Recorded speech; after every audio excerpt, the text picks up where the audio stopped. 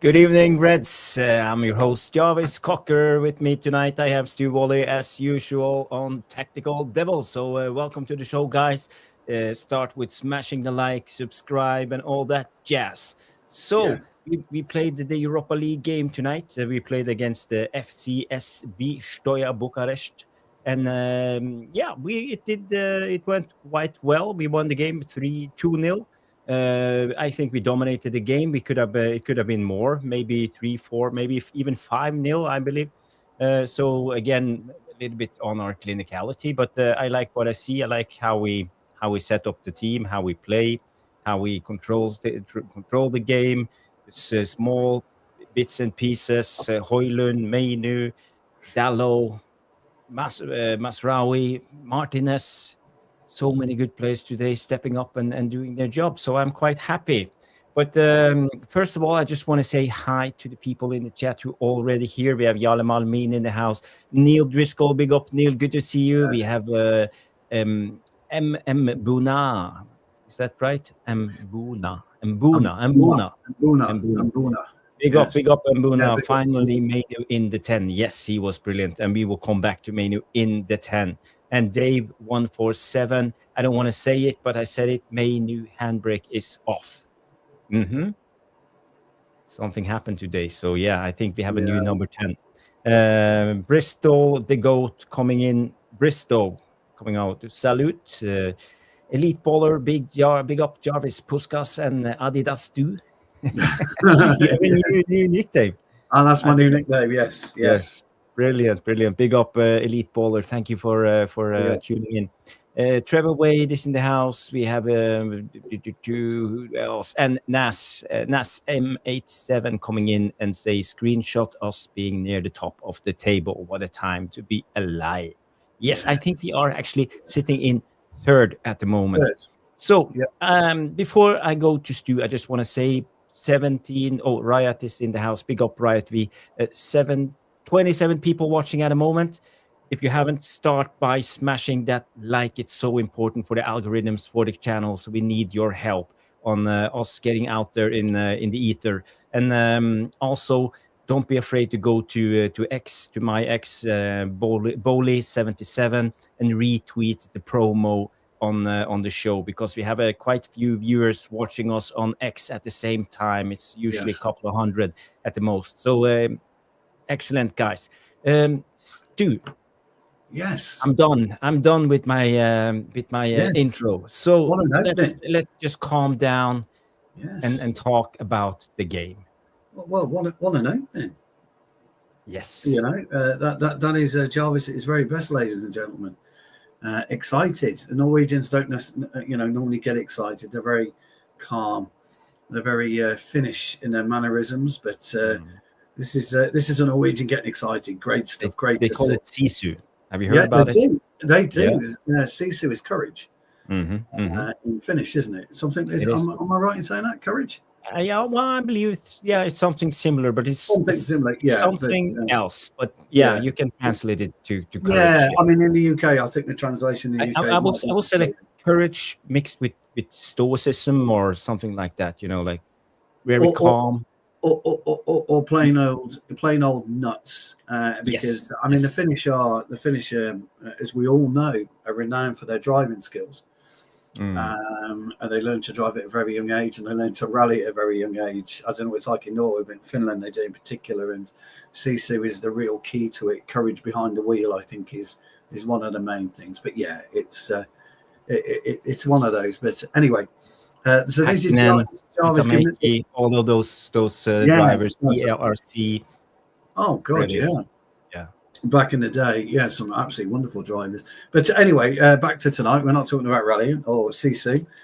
We're talking about the great Manchester United. Yes. And actually, Jarvis, I want to start by paying you a lot of credit, because you've been talking about Amorim's system for a long, long time, and we've never delivered Amorim's system for a long, long time until tonight.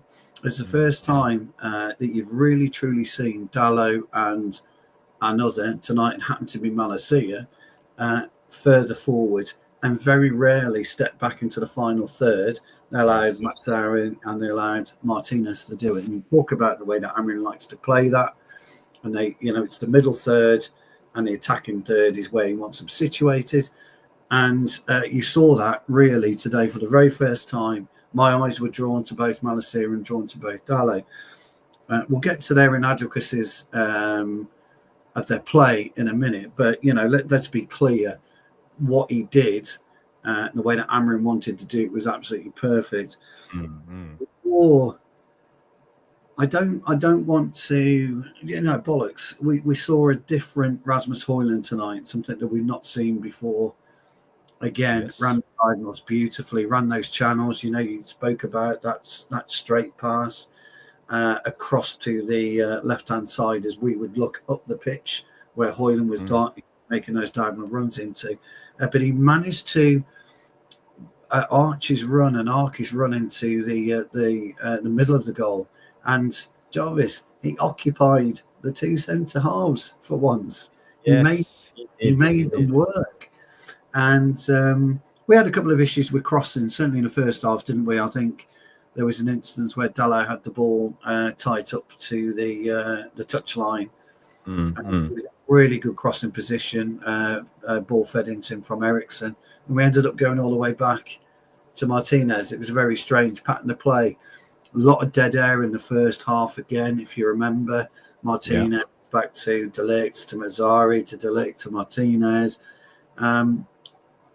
But with Collier in there, kind of knitting things together quite nicely in the middle. You got Bruno playing slightly deeper, which I thought was okay. And I think he was in there to maybe protect Collier a little bit. Because Bucharest are very, very good at home, as we know. They're an excellent outfit, very, very well organised. Yes. Very difficult to break down, but they play the counter-attacking system very, very well. You come at us, we're going to steal it, and we're gone. And they did on a couple of occasions in the first half. I thought Collier coped brilliantly well. And then you come to Mainoo, this enigma, this player that when I think it was Naz that said when the shackles were off, you've seen what Mainoo is all about. Yes. And he was a 10/8. His positional play wasn't specific to a 10, but you know what? I'm not going to even argue with that. I don't really care. We'll call him a 10 for tonight. And I think it gave us a lot more freedom. I thought that allowed Eriksen to play some wonderful stuff in the first half again. Some phenomenal stuff. I didn't realise Eriksen had got this little turn of pace either. Did you see that little run, that little 5-yard sprint? And I'm like, he's never getting that. Fucking hell. Where did that come from? It's a new track and field coach. Maybe it's him. Yeah, but possibly. I don't want to say it, but I mean, obviously, by the way, Amorim's been listening to me and you from about 4 weeks ago when we said get a sprint coach in, and it now appears we have a sprint coach. But, you know, it happens when things alike, you know. When you tune into Tactical Devils, guys, this is what you get. You know, we're on the phone to Amorim, you know, the next day. He's coming on and saying, I saw your podcast, lads. I'm going to do what you suggested. But I don't want to tempt fate on this one, Jarvis. I really don't. But there was something different about us tonight. And it was the game was what I call quiet domination. It wasn't in-your-face domination. It wasn't brutal domination. It was quiet domination of the football. And it was some of the play tonight was wonderful. It looked relaxed. It looked natural, which we haven't looked natural in this system at all.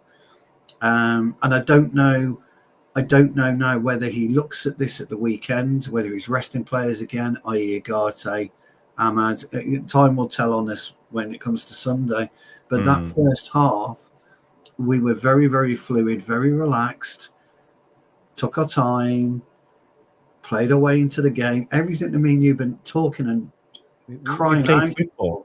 Yeah, crying out for weeks, pal. We demonstrated that today. The second half, that became the pace. Ahmad was brought in. Garnacho was brought in. I don't think Kobbie was taken off for any other reason than Amorim wanted to quicken up the pace a little bit. Personally, I don't think it's anything he's done. I don't think it would have been a difficult sell for Amorim to Kobbie. I think he just turned around and said, "Now I want to really hit them. I want to hit them hard, fast. I want to use Garnacho to get at them." And then I think it was everything he's done tonight, you could see was planned well in advance, and to counteract and combat what Stour were brilliant at. And we did. You can count on one hand, in my opinion, correct me if I'm wrong, in the tactical room, the amount of free kicks we gave away in dangerous areas. I'm not talking about free kicks at all. I'm talking dangerous areas. Your favourite zone, 14, in and around that area, Jarvis. Yes. I don't think we considered any more than 2-3 in that particular area. I could be wrong, but that's what I saw. And that one that we did do, Stour showed us exactly what they were capable of. And I think maybe that woke us up a bit. That was a ball given away by Malassi, if you remember, just on the touchline. And then we got that tackle. But look, they were pretty good from corners, but I thought we handled the corners well. You've got what you wanted as well, old friend, today.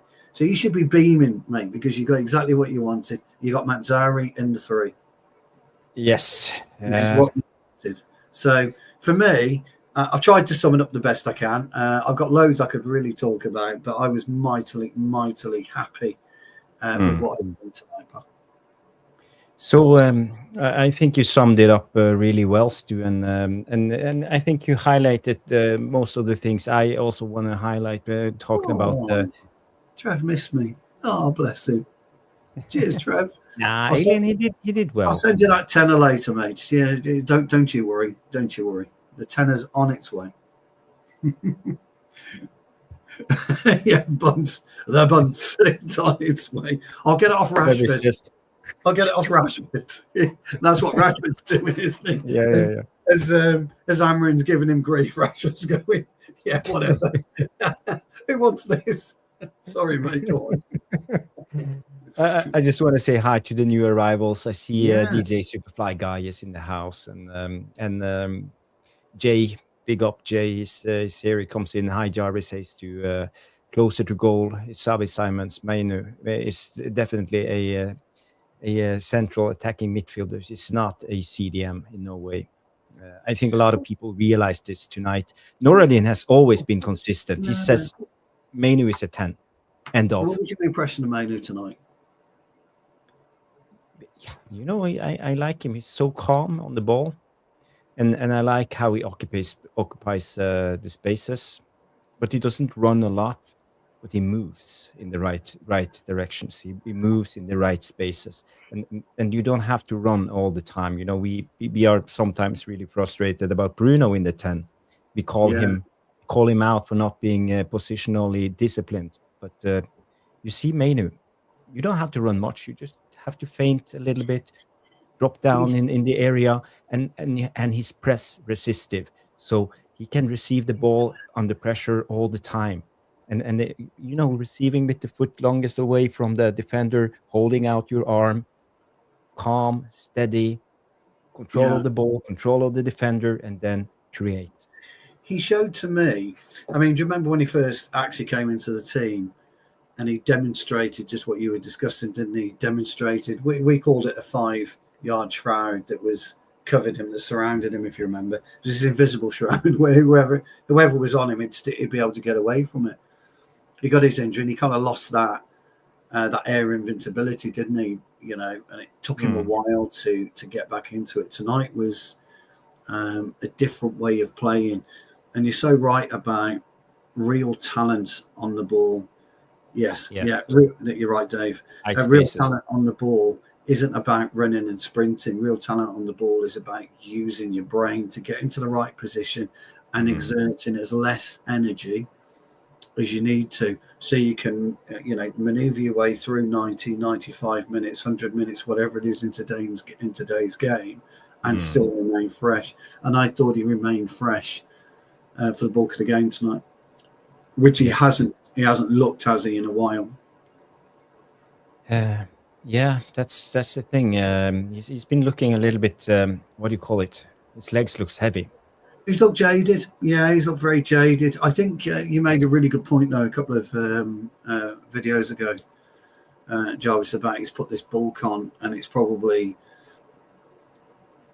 slightly put his balance out, which I think it probably has. But I think he's kind of getting used to his new physique.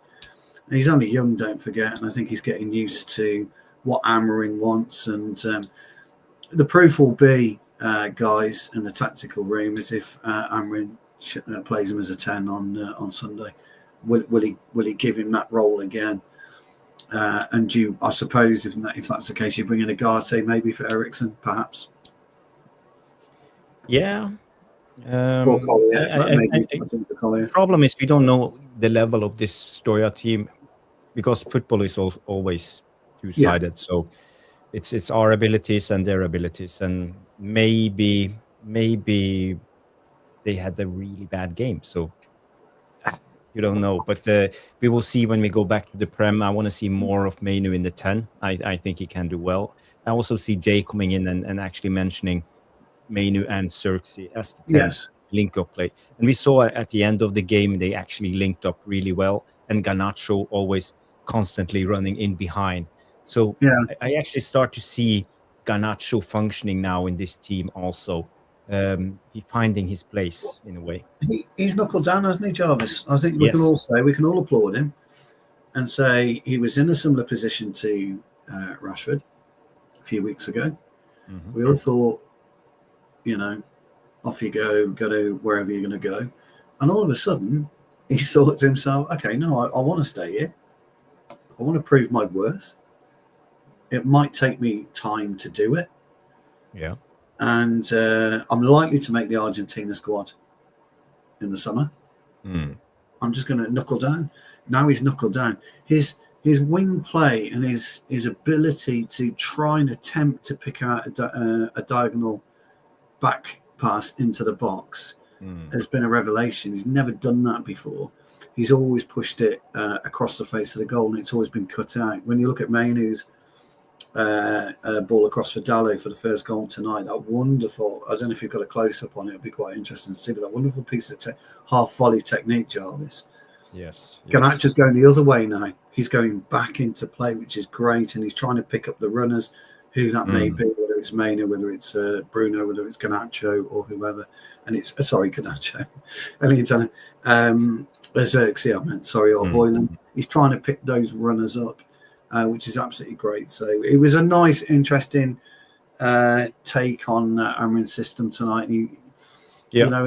Strange quirk of fate, and I think you're right about levels. He may have just found a group of players that he can actually manipulate into doing what he wants to do.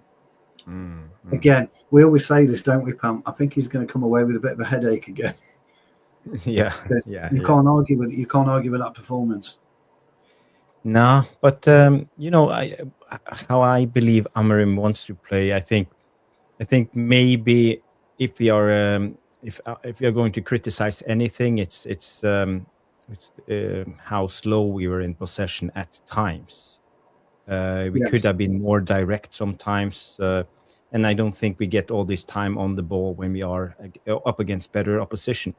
But we know now that we can break down a low block, actually playing them off the park. So we saw some good things, but I think when we go back to the Premier League, when the tempo will be higher, we also have to be more direct sometimes. We have to mix it up a little bit. But it's 70% possession for the full 90s. Yes, I did say that. Sorry, mate. I'm going to remove it. I just put it up there, so I'm ready. So I'll just take it out for a minute. But when you're ready, we can. No. We can go to the tactical board. That's okay. So you can show us and tell us what you think. How did you see the game? I can't seem to play this for some reason. I can't get to maneuver it. I'll take it out. I'll have to have a play with it. Sorry. Yeah, unless you can get yours up, and we can go through. Yeah. I can get mine up and yeah. Here we go. So I'll tell you where I saw the game, Jarvis. Yep. I saw the game differently to how I've seen it before, and you've always explained eloquently and very, very carefully how Amorim has used the system prior to when he was at Benfica and certainly at Sporting Lisbon. Mm-hmm. I always said to you that our wing backs just an absolute liability playing forward because of A, their lack of control, B, their lack of nous when it comes to the final third, and C, their lack of discipline. Well, today, if you were to push up Mazzari and Malacia, just as an example, all the way up to... Oh, it's not Mazzaro, it's it's okay. Yeah, Dalot, it was Dalot, yeah. And I have to change sides, so it's... Yeah, you have to change sides, so it's more like this, I would say. Yeah, but if you actually push them, where they actually played was in the opposition half in the dark green first line. That's where they played. So when you saw Dalot and when you saw Malacia tonight, that's where they were. And that's why you didn't really see anyone running in behind, because if you look at where Martínez and Mazzari are, you could push Martínez and Mazzari into the first dark shaded line in our box. It's the first one, sorry. But that's it. Here. Yeah, there and there. And Ligt slightly just on the edge of the D. You got Højlund pushed up onto their number 5. You've then got Mainoo. The South African guy. Yeah. Yeah, you can push Mainoo up to their 10 suit, onto their 10. Sorry, just for the purpose of this, and then you can put Eriksen in and around the 6. And you can put Collier in between the 11 and the 9. Yeah, and then Bruno was floating around in and around the 8, wasn't he?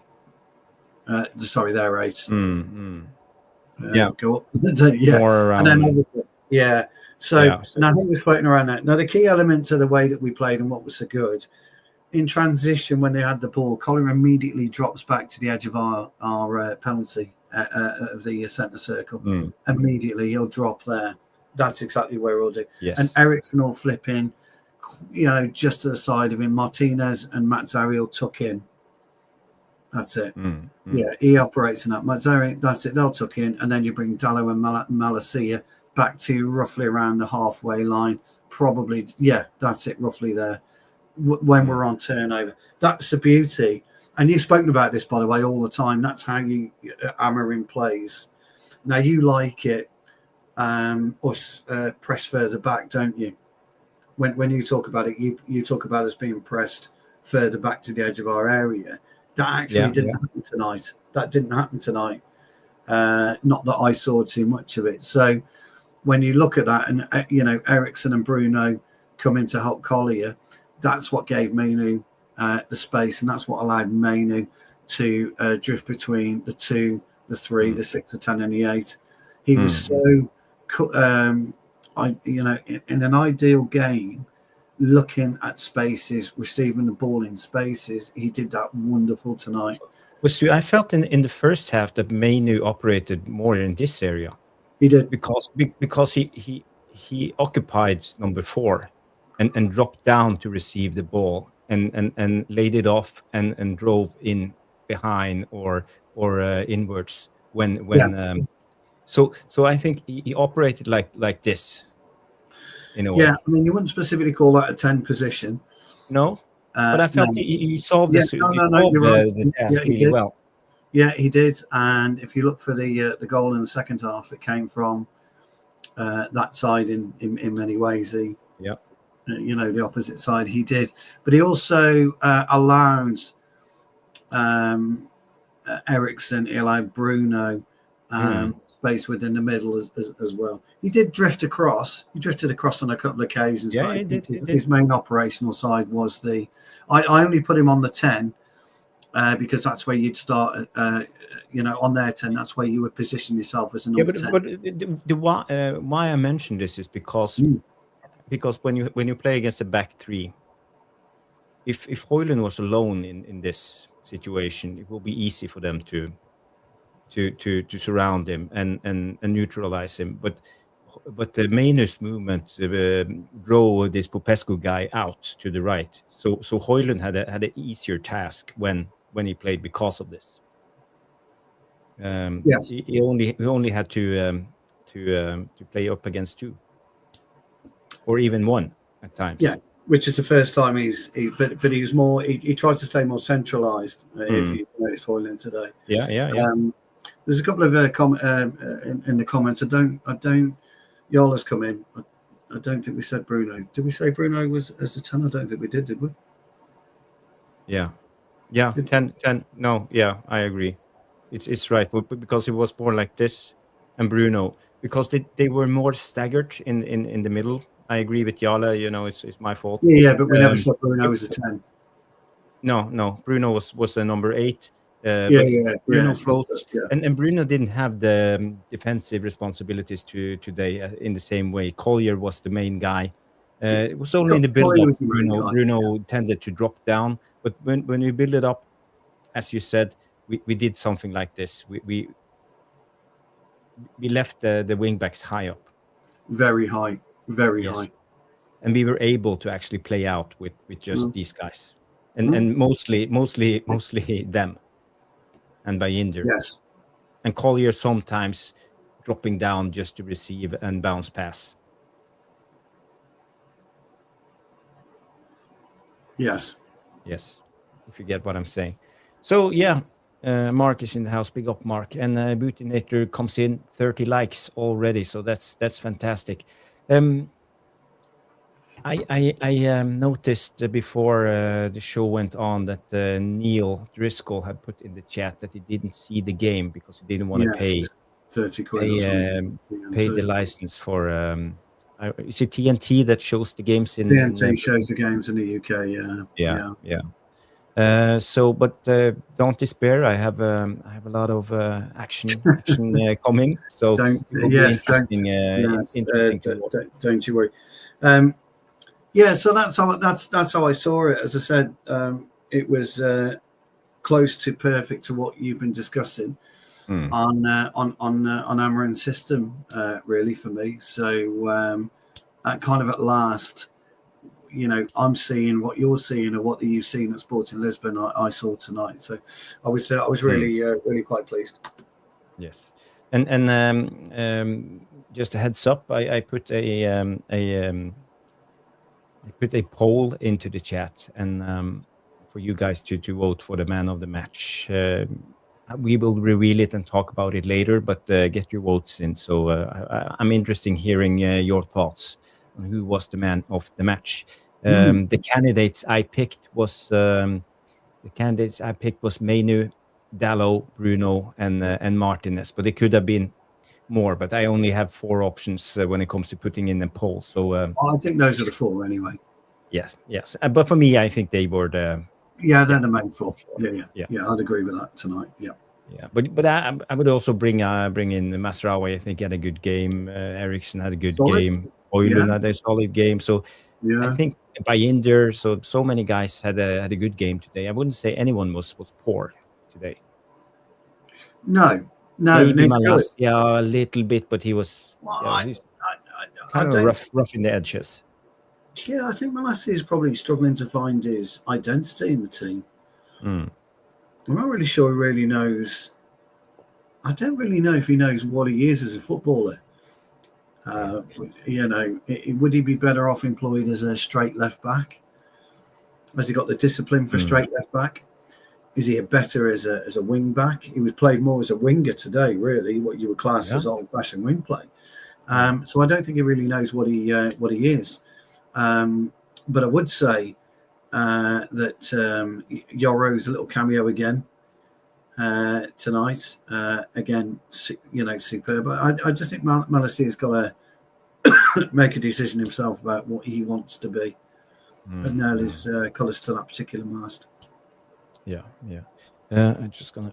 I just want to check how many likes we have at the moment. 32 likes. That's fantastic. Yes. Thank you. Yes. So brilliant of you. And subscribe if you haven't. 89 people watching at the moment. 38 people on YouTube. 51 on X. So I just want to give you the link to help share the stream on X. So I'll put it in the chat, and just press the link and press retweet and come back here. That's all I ask of you. Because we are streaming on X at the same time, and now in the beginning of the channel, we are new, so we just need to get out there and get people to notice us. So in time, this will be a really lively place. Not that you are not making it lively, because the tactical knowledge of this live chat is actually brilliant. So here's the link. Press it, retweet, and come back. Yeah, we're on 422 subscribers as well at the moment, so we're closing in on the magic 500. So if you do everything that you can, guys, to get us over to the 500, we can then start with memberships, can't we, Jarvis? And we can get the channel monetized. We will. I think we need about 500 minutes of viewing time, so we have nothing left. It's almost. We're almost there. Yeah, we're almost there. Thanks to you guys. 100%.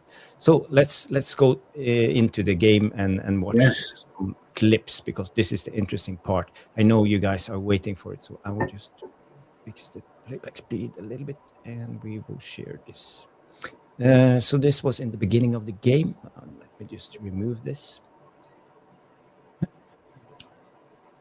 Let's see. It's us defending, the Ligt clear. But this was my thing with Bruno. I just wanted to point that out, because as a midfielder, as a number 8, you have to do better defensively. You do. And you know, you have to be on the receiving end when the center backs clear the ball with headers, and you have to be able to shield the ball, take it down, and don't lose it that way, because when the center backs come out to clear the ball, they are in a high line, and we are vulnerable for a counter-attacking. He went for it rather strange, didn't he, Jarvis? He went for it strange. He tried to control the ball in the air rather than let it drop on his foot. Yes. So I just want you to have a look. Here is Bruno. Yeah. And now you see, when in a situation like this, a number 8 has to do much, much better. In the Premier League... It's an easy take. Yes. It's an easy take. He kind of like twisted his body to come in and try and... I don't know what he was trying to do, but his technique isn't good enough in that situation. And this is what I fear with Bruno playing as a number 8. It could have been a big chance, as you see here, with better opposition, with better... so marginal, from them scoring early in the game. So his control was poor, very poor there. Yeah. So I just wanted to highlight Bruno in the number 8. It worries me a little bit. I feel more secure if we have, let's say, Collier and Ugarte. Yeah. In number 8 and 6. I mean, with that particular thing, controlling it and killing that ball dead it should be what he does, 200 times a day. I mean, it's just absolutely appalling, that is, from Bruno not to control that. Really, very, very strange, very strange. Yeah. So I'm not here to single out Bruno. I'm just showing small snippets of what I think is my worry when it comes to Bruno in the number 8, and maybe we should look elsewhere. What we will miss if we will play with Collier and Ugarte, we will lack a lot of creativity. Will be a lot of sideways and backwards, but then we have to rely on the ball playing wide centre backs. So there is a chance we can do this. Yeah, you're also going to miss that goal scoring threat, which he does have. He has that goal scoring threat. He's got that calmness on the penalty spot, etc., etc. But you're right to point it out, though, because at that level, the intensity of a game, captain of Manchester United, Portuguese international. Come on. You would expect, and you really would, Jarvis, a Sunday League footballer to do better with that. It wouldn't bounce off him. So you're right to highlight it. It's no issue for me, mate. No. Big up, Wendy. Thank you. And Fred the Red. Big up, Jarvis. I'm shouting out you and on all my shorts on YouTube and TikTok. Thank you, Fred the Red. Thank you. and I know, and I go in and watch, and I smash, I'm smashing like every time I see you Yes, in please. the shorts. Okay, next clip is about movement. It's kind of it's a brilliant play here. I think it's Martínez up here. You That's see Martínez, yeah. Mainoo and Mainoo, right? and Højlund, and I want you to look out for two things. Number one, it's the space in behind, and the movement, how we manipulate the two center backs, the central and the wide center back, to move out of their space, and we attack the space in behind here. So it's first of all easy movement from Mainoo, just dropping down, and Højlund moving out. So give me your take, Stu. Well, first and foremost, Højlund's made the right kind of move at the very, very beginning. Then he made the wrong move. And if you just play it back, I'll show you what I mean. Okay. Sorry, go back, because the little push is the key. Watch the push now come on the central defender. Now he's got to go across him. He's got to dart across him. Now, it doesn't matter whether the ball goes into him, Jarvis. He's going to pull the centre half away, and he's going to create space for Collier, create space for whoever is in and around him. He didn't do that. Watch what he does do. This is the only bit of criticism I got from him. I know you're playing it on at the minute. This is the Mainoo effort, isn't it? In the first half. Yeah. But the play up until this, I think it was the movement from Mainoo. It's so simple. It's so elegant. He doesn't sprint. He just moves in the right areas and see the opening. And Højlund, okay, he could have taken a diagonal run at in this. So watch now. Watch where he does. That's where he's got hold of the defenders. He's got something with the defender. He moves in towards the ball. Then watch where he goes. So this is the push. That's the push. That's brilliant. So I've got hold of you now. Now I'm going to move inside, and once I let go of you, you're going to have to follow me. Look at the space you would have created here. You just put that at the edge of the area. Just put a circle, if you can. Like here, this area, that's where he would have been, at the edge of the area. He would have gone to the edge of the area. So you want Højlund to go this way, or do you want him to go? No, I want him. I want him towards the area. That's what I want on this. Just on this particular play, I want him there because he's starting to create the space. Look at his body shape. Now, but what happened because then you need there's two options, isn't it, for Martínez? Martínez can make that pass. He can. Yeah. He can. So Martínez is going to drop it. He can either go with straight through the middle, or he could drop it over the midfielder's head. Højlund can run onto it. You've then got Bruno on the turn. You've got Eriksson on the turn as well. They can then flood the box for a Højlund cross. He doesn't, which is fine. I've got no issue because we broke through. But if you watch his play unfold, watch where he goes. Watch where he migrates to. So he migrates to then, stops a little bit, moves around, showing for the ball, but stop again. If you just go back again, you'll see why Mainoo had to dally with it. Just go just a little bit. Stop there. Look at his position. He's positioned himself not to take the pass. Yeah. Because if you draw a line from their defender to Højlund, he's exactly behind the other one. Sorry, number 17, is it? Oh yeah, here. Yeah, this one. Yeah. Højlund's exactly behind him. So you've got Mainoo, the defender, and then Højlund. So you've got no easy pass to Mainoo. That's why Mainoo has to go back. So if you play it on again. But I think the defender is easily tricked here. He moves out. But yes, what the defender should be worried about is Højlund moving in this pocket. Correct. So he should just move himself a little bit here, I would say. And that's exactly right. Yes. That's exactly right, Jarvis. And you've got everything there because he's not going to go in deeper for playing everyone on side. I mean, there was no offside trap here anyway, so you're not going to go in deeper. You're going to go forward, but he gets dragged out. Mainly plays a lovely little ball back to Martínez here, doesn't he? If my memory serves. Yes. That's where Højlund's got to go. Yeah, stop that. Brilliant piece. We knew Martínez could find the ball, correct? Now, when I go back to the very beginning of the passage of play, where's Mainoo going to pick the ball up from Martínez? The pass in the beginning. In the beginning of the play. No, the very beginning of the play. When we were talking about Højlund, where's Mainoo going to pick up the Martínez ball? Yeah. It's the same. It's the same area. Exactly. So what I'm saying to you is, Højlund could have done that, and we would have been into their box, I don't know, 30 seconds earlier or a minute earlier. That was all I was trying to demonstrate. Yeah. But I get what you're saying. So we could have been more direct, and we could have been in there a lot quicker. Yeah, we could have been a lot quicker. Well, if you show it now, you'll see exactly what we're talking about.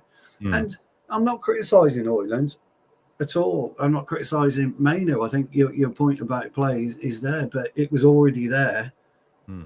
3 passes, 4 passes. But you see here a small detail. I didn't notice it before now. Look at Mainoo raising his arms and Højlund raising his arms. So they are both aware of what's going on. Yes. So I think Højlund understands that he opens up the space here now for Mainoo. And he just okay, I got it. I will stay. So look at their arms like this. They are both signing.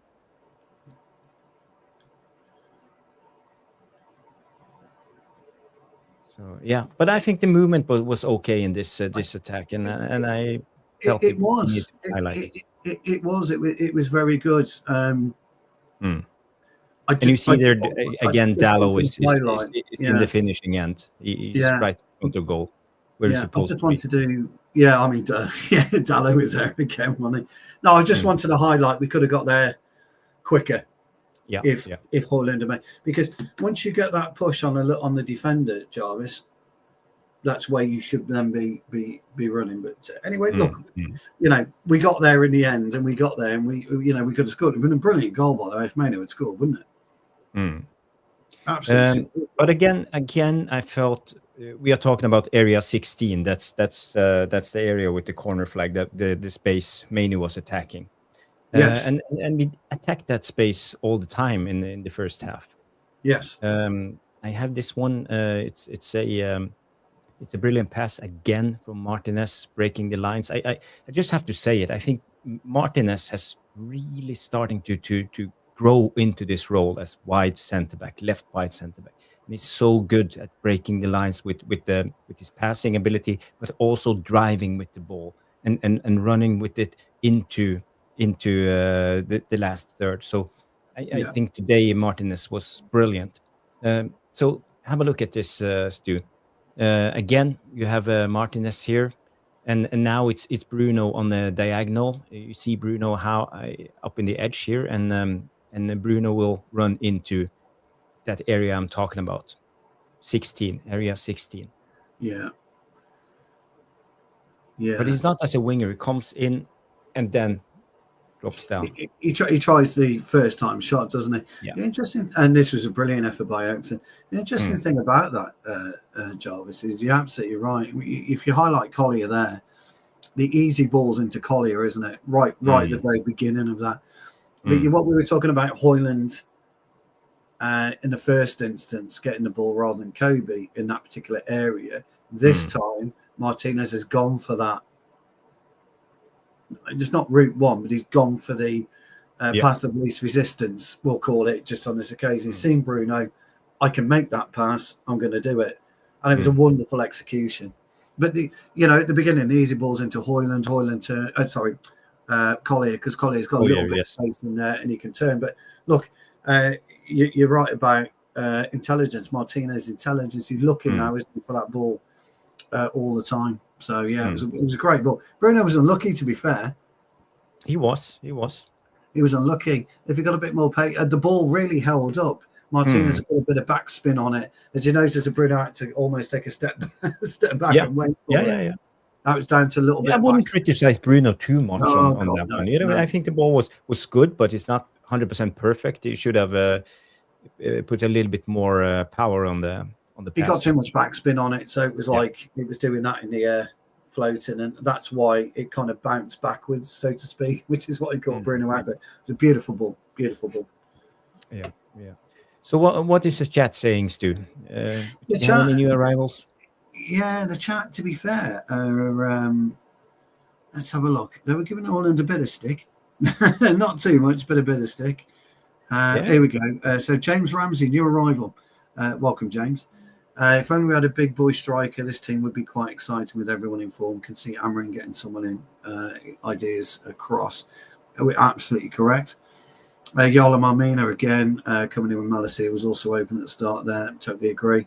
Saw this all the first half. I got warm in the head when he was ignored over and over. Yeah, I understand that. Elite baller. Oh dear, Højlund, John Carew. Well, I don't think he's that bad as a elite baller, but John Carew, he was brilliant at his day. You know, he was. On his day, was he Norwegian? He was Norwegian, yes. Yeah. He played for so many teams, but he was. I think his best period was when he played for Valencia. Yes. Remember they lost the Champions League final against Real Madrid, for example, and he scored on the. Trevor kind of agrees with us. He doesn't hold up the ball. I think he did tonight. A lot better than what he'd done, but he doesn't make the right runs isn't strong enough. I did feel bad bringing that up, Jarvis, because I didn't want to pick him out again. I don't like picking him out. No, but I have plenty of good footage of Højlund, so good. You know, we just call it as we see it. Yeah. What else did we say? GJ Superfly. Oh no, that's not that. Oh yeah, GJ Superfly guy talking about small clicks are starting to appear in his right. A little nice little interchange in. You talk about Martínez into Bruno, when he could have gone to Collier, you know, that type of thing. So I agree with that. Yeah, but I have to say, when it comes to this, it's because of Mainoo. I think so. I would say today. Yeah, I'd because agree. of Mainoo and his movement. Because Mainoo, he moves so brilliant. He moves left, he moves a little bit forward, he moves right, moves back again. You know, it's not like running everywhere, but it's like he plays his zone, 5 yards, 6 yards, 3 yards. So he's always available when he goes. Martínez here, Jay United again. Martínez isn't just a centre back though; he's too short. It's a big flaw. I tend to agree with that. I think we're seeing a lot more of Martínez now, in terms of his overall ability as a footballer, rather than just a defender. Although he saw the stars, didn't he, with his free kick? Do you, man? James Ramsey, John Curry was 10 times the player Højlund is right now. You know, I would say, so far, but you know, he had a bad spell when he came to the Premier League. He didn't play well when he played for, was it Villa? He played for Aston Villa, I believe. Played for Villa, didn't he? Yeah, John Curry. He did, yeah. But he played in Italy, he played in Spain, he played everywhere. He had a good career. He had.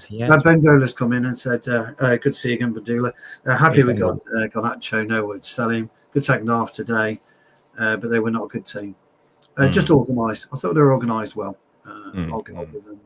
Well, I would say it felt like they were trying to sit deep, counter-attack. They were trying to stifle us. That's what their only game plan. Yeah. But brilliant chat as all. We've got 101 watching. I don't know how many is on YouTube. Jarvis will be able to tell us that, and how many is on X. If you're on X, we do us a big favour.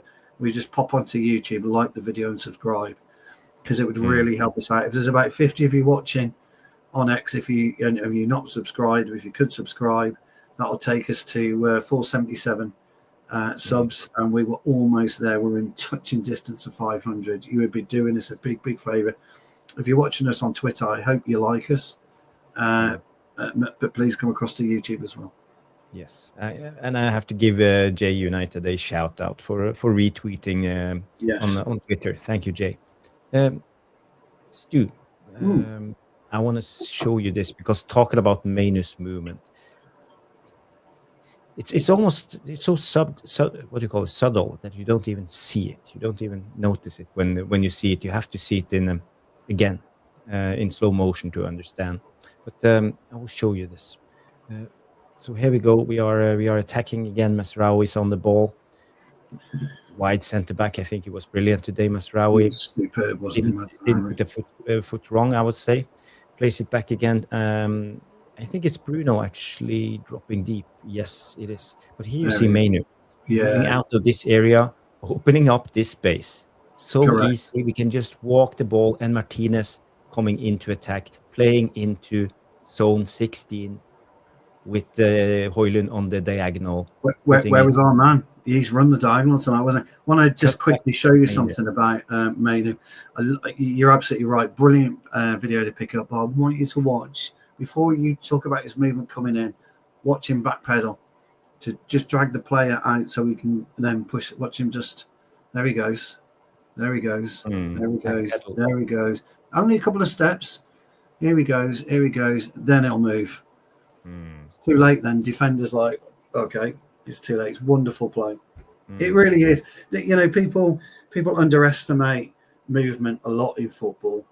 And, you know, you're looking at him thinking, what the hell's he doing? And suddenly you see him switch on and you understand exactly his game plan. I thought Højlund was unlucky here with the cutback.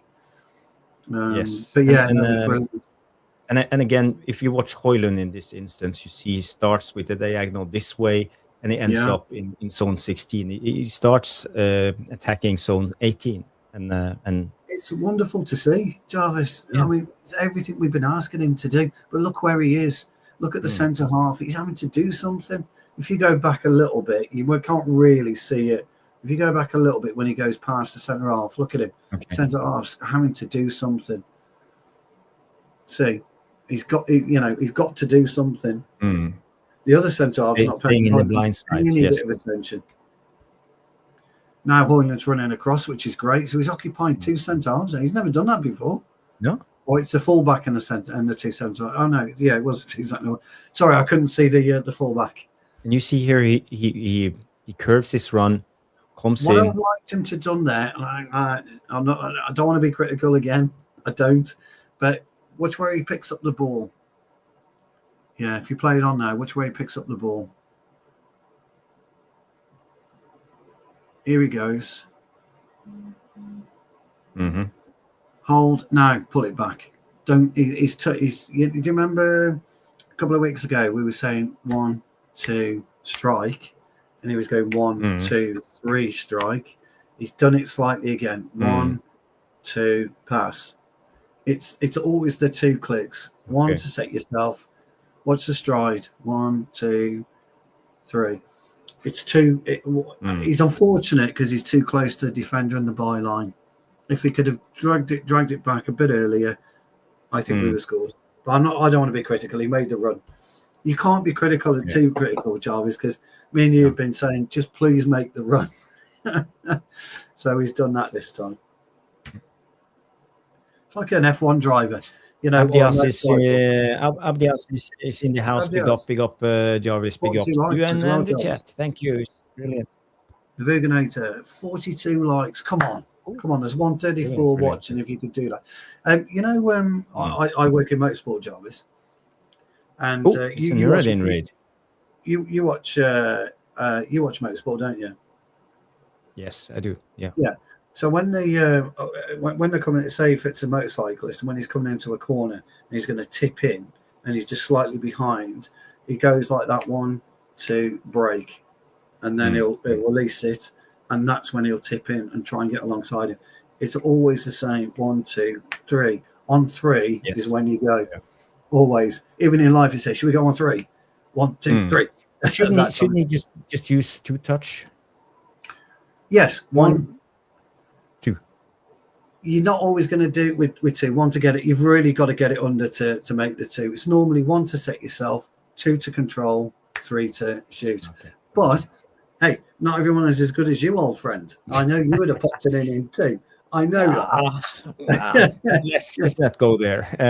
This is what you get when you play with, when you're talking to a proper player like Jarvis. Now, Jarvis was a player, by the way. Make no mistake, he was. I'm not tooting my own horn. That's for sure. I'll do it for you. I'll do it. Yeah. Thank you for bigging me up. King's Robot TV. We have people coming in from Noradin's channel. King's Robot TV. Abdisas, Treble Wade, Rebel Bakir, Mr. B is here.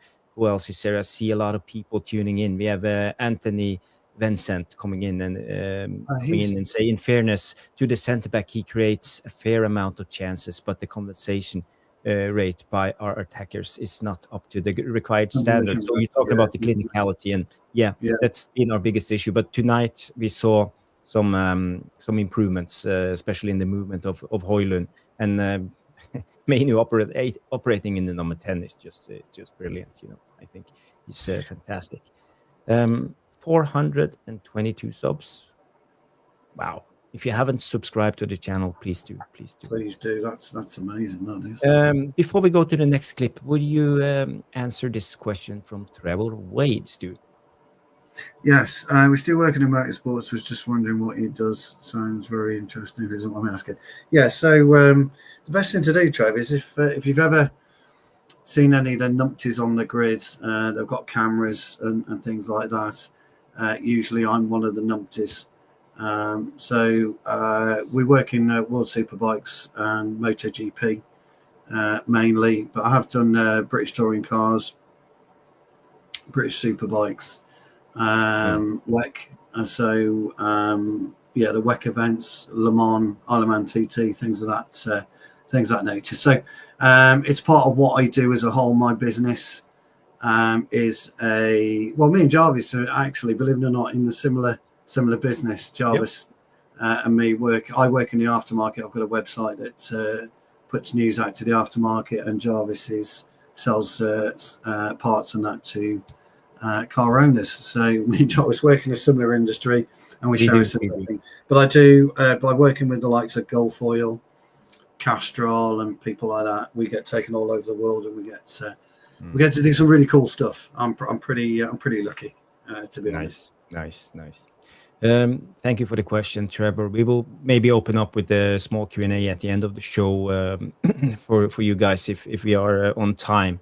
Mr. B comes in and say, wait, improvement of Højlund, lol. So yeah, I understand you're not a big fan of Højlund, but we are just, as I say, we are pointing out what we see, and I saw some good things today with this movement. But this is an interesting one, because talking about Højlund, I just want to see what I saw improvements from him tonight. Højlund is here, and we will come into a tight space, and Højlund will be under pressure. I think it's from two center backs, and the way he holds up the ball, controls the center back with his arm, and then controls the ball with his foot that's out of reach. It's very good play from Højlund this instance. So look at this too. You see here Dalot coming in, cutting in, and tries to play centrally. The ball goes to Bruno, and here is Højlund.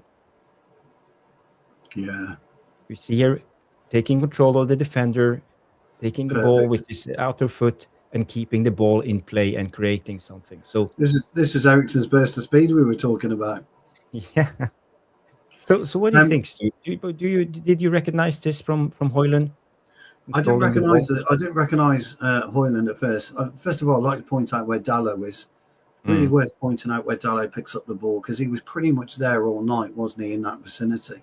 Yes. The nice little ball into Bruno. What I want you to watch is Højlund's use of the arm against our friend at centre half. How he uses him. It's his left arm. Yeah. So it's the guy. You see where Mainoo is there. It's the guy on Mainoo's shoulder. He'll get across into Højlund. Watch Højlund use his arm to fend off the defender. So if you play that on. Here he goes. Stop. Looks over his shoulder. Receive the ball. There you go. Now, that is a really difficult one for the defender as well, because what he's doing, I always talk about arching your body, don't I, a lot as a striker. And that's the perfect way, because the defender, if you can see, is also arching, and he's got no way of getting the ball off him. There's just absolutely no chance, because you're getting around him. You've also got to bear in mind how close Mainoo is to close Mainoo is to that. So he's not wrestling Mainoo at all. He doesn't touch him, but he's wrestling two players in many ways. Yeah. Because when you're concentrating so much as he is, he won't know it's Mainoo that's behind him as well. You just don't know it, because you're too busy concentrating on the ball. But he holds it off, and he lays a nice little ball back in. You see, he's holding out his arm, he's controlling the defender, and he controls the ball. And he controls the ball. He's got it down as well. He uses his left foot, the foot that's most away from the defender. He stands on his right foot, and that's the way he's shielding the ball on the right side. So he's doing everything perfect, in my opinion, in this situation. And they're not in a bad position defensive-wise, really. No. Not in a great position, not in a bad position. You should never cluster three together like that, by the way. Three defenders. It could almost become a melee, but look how he turns. And what I want you to see is how he turns straight. He turns left to get the ball out to Dalot. See it again. Watch how he turns. There you go. Faces him up, and he's going. He's ready to go. The ball into Eriksen was poor, which is, I think Eriksen actually stopped. I didn't see that at the beginning. If you watch Eriksen, he's looking across the line. I thought it was a poor ball, but Eriksen stopped when Dalot played the ball, and that's why. Why he did it. But I thought Højlund was excellent there, to be honest. I'm not going to. But this is what I've been talking about. Holding off the defender, controlling the ball at the same time, using the right foot, not the wrong foot. And knowing what to do and actually doing it. So I think Højlund was sharp today, especially in the first half. I think very sharp, considering where he's been. Yes. Always you have to consider where he's been. I'm not saying he was a 10 out of 10 today, but I think he had a good game for him. So it's not all bad. Yeah. So we are on 50 likes, 423 subs. So guys, girls, smash a like, subscribe, and thank you, Debutinator, for keeping count. Yes, please. I haven't seen Rashmano, so if anyone has some Amorim quotes after the game, please put them in the chat so we can read them out a little bit later. So what is the chat saying, Stu? I'm just preparing the next clip. Yeah, so the chat is let's have a quick look. Let's have a look. Stu works in motorsports. No wonder he's Flash. Cheers, Trev. I wouldn't say Flash, but what else have we got? So we've done that one. We've just gone through a little bit of that, Mr. B, but absolutely. I haven't. Okay, do this one. DJ Superfly guy coming. We're speaking of F1. I'm tempted to watch again with Lewis spinning Ferrari. I've not watched it since the last shambles when he was robbed of the championship. Max percent. Look, it'll be an interesting. I'll just quickly touch on this. It'll be a very interesting year this year, DJ. Whether or not Lewis or Hamilton, as I call him, can actually tame a Ferrari. He was in a 2023 today. He was tested out in Barcelona. Didn't end well for him, but that kind of happens in testing. I think what you'll probably find, it'll be a four-way tie shootout, I think, for the title this year. It won't be Verstappen running away with it. My money's on Charlie Leclerc to take the title on that one. Leclerc. Sorry. Where are we? Good game. We could have won by 3 to 4 goals. Yes, we could. 100%. That's absolutely brilliant. Stu, you're a numpty. You're okay. I like that. Thank you. You're our numpty. Man with many talents. I want to say, well, thank you. I try. We've got a couple of questions there. Yeah, we will run through them on the Q&A if that's okay. I just want to go through the car dealer. I wonder. Yeah, I'm not the car dealer. No, he doesn't deal cars. He does parts. No. Anyway, we could. That's what's been happening so far in the chat. Yeah. Okay, and we have Ronnie in the house. He also set up Mainoo, who should have had that one in the first, but Rasmus is fighting things right now. Yes, and this is another situation when it comes to Højlund, and again I want to highlight that he's actually available. You see Rasmus occupying the defender, and he takes control of the ball and the man and lays it off again. So it wasn't all bad. That wasn't like a brilliant move, but he's there. I think he should have scored there. Now, there's one quick thing about this. If you just watch Højlund's use of the arm again. Mm. It's a little tap. It's nothing more. It's a faint tap. It's nothing more. But the defender went like that, and it's great. That's all you need to do. But look where he stayed. Mm. Wow, you've got to head that into the ground. You just got to get over. But again, a brilliant ball from Martínez. Martínez is becoming the deep-lying playmaker that we have been looking for. Do you know what we were talking about the other day, Jarvis? We said Højlund's not even getting a chance. And if he did get a chance and you miss, it doesn't matter. And that's where we are with it. It's a poor header, but do you know what? At least he got on the end of it. He did. Was good from Højlund again. Stephanie comes in. Big up Stephanie. 51 likes and 57 people watching. So 129 on all channels. So guys, girls, stay tuned. Do you know what, Jarvis? If they all subscribed that aren't subscribed, we would be over 500 monetized tonight. Yeah, we would. So if you haven't subscribed, please do me a favor and subscribe to the channel. It would be great. I know you don't want to be ran down with a lot of what do you call it? Push mails and. We won't. That's not what we do. We will do. We do 3 shows, maybe for a week. It depends how many games there is. Depends how many games we've got, doesn't it? Yeah. Okay, let's go to the next. I haven't cleared this one, but let's just run through it. I will see, do it on the fly. Just gonna fix it. Bring it back speed and go. So here it is. I really have to work on the flow. Bruno, and this is Mainoo. Yeah. I just now I remember. It's about Mainoo and him operating in the 10 and his press resistance, because I just want you to see the way he defends the ball and he's really good at it, and then he's calm in every situation. So look at Mainoo here.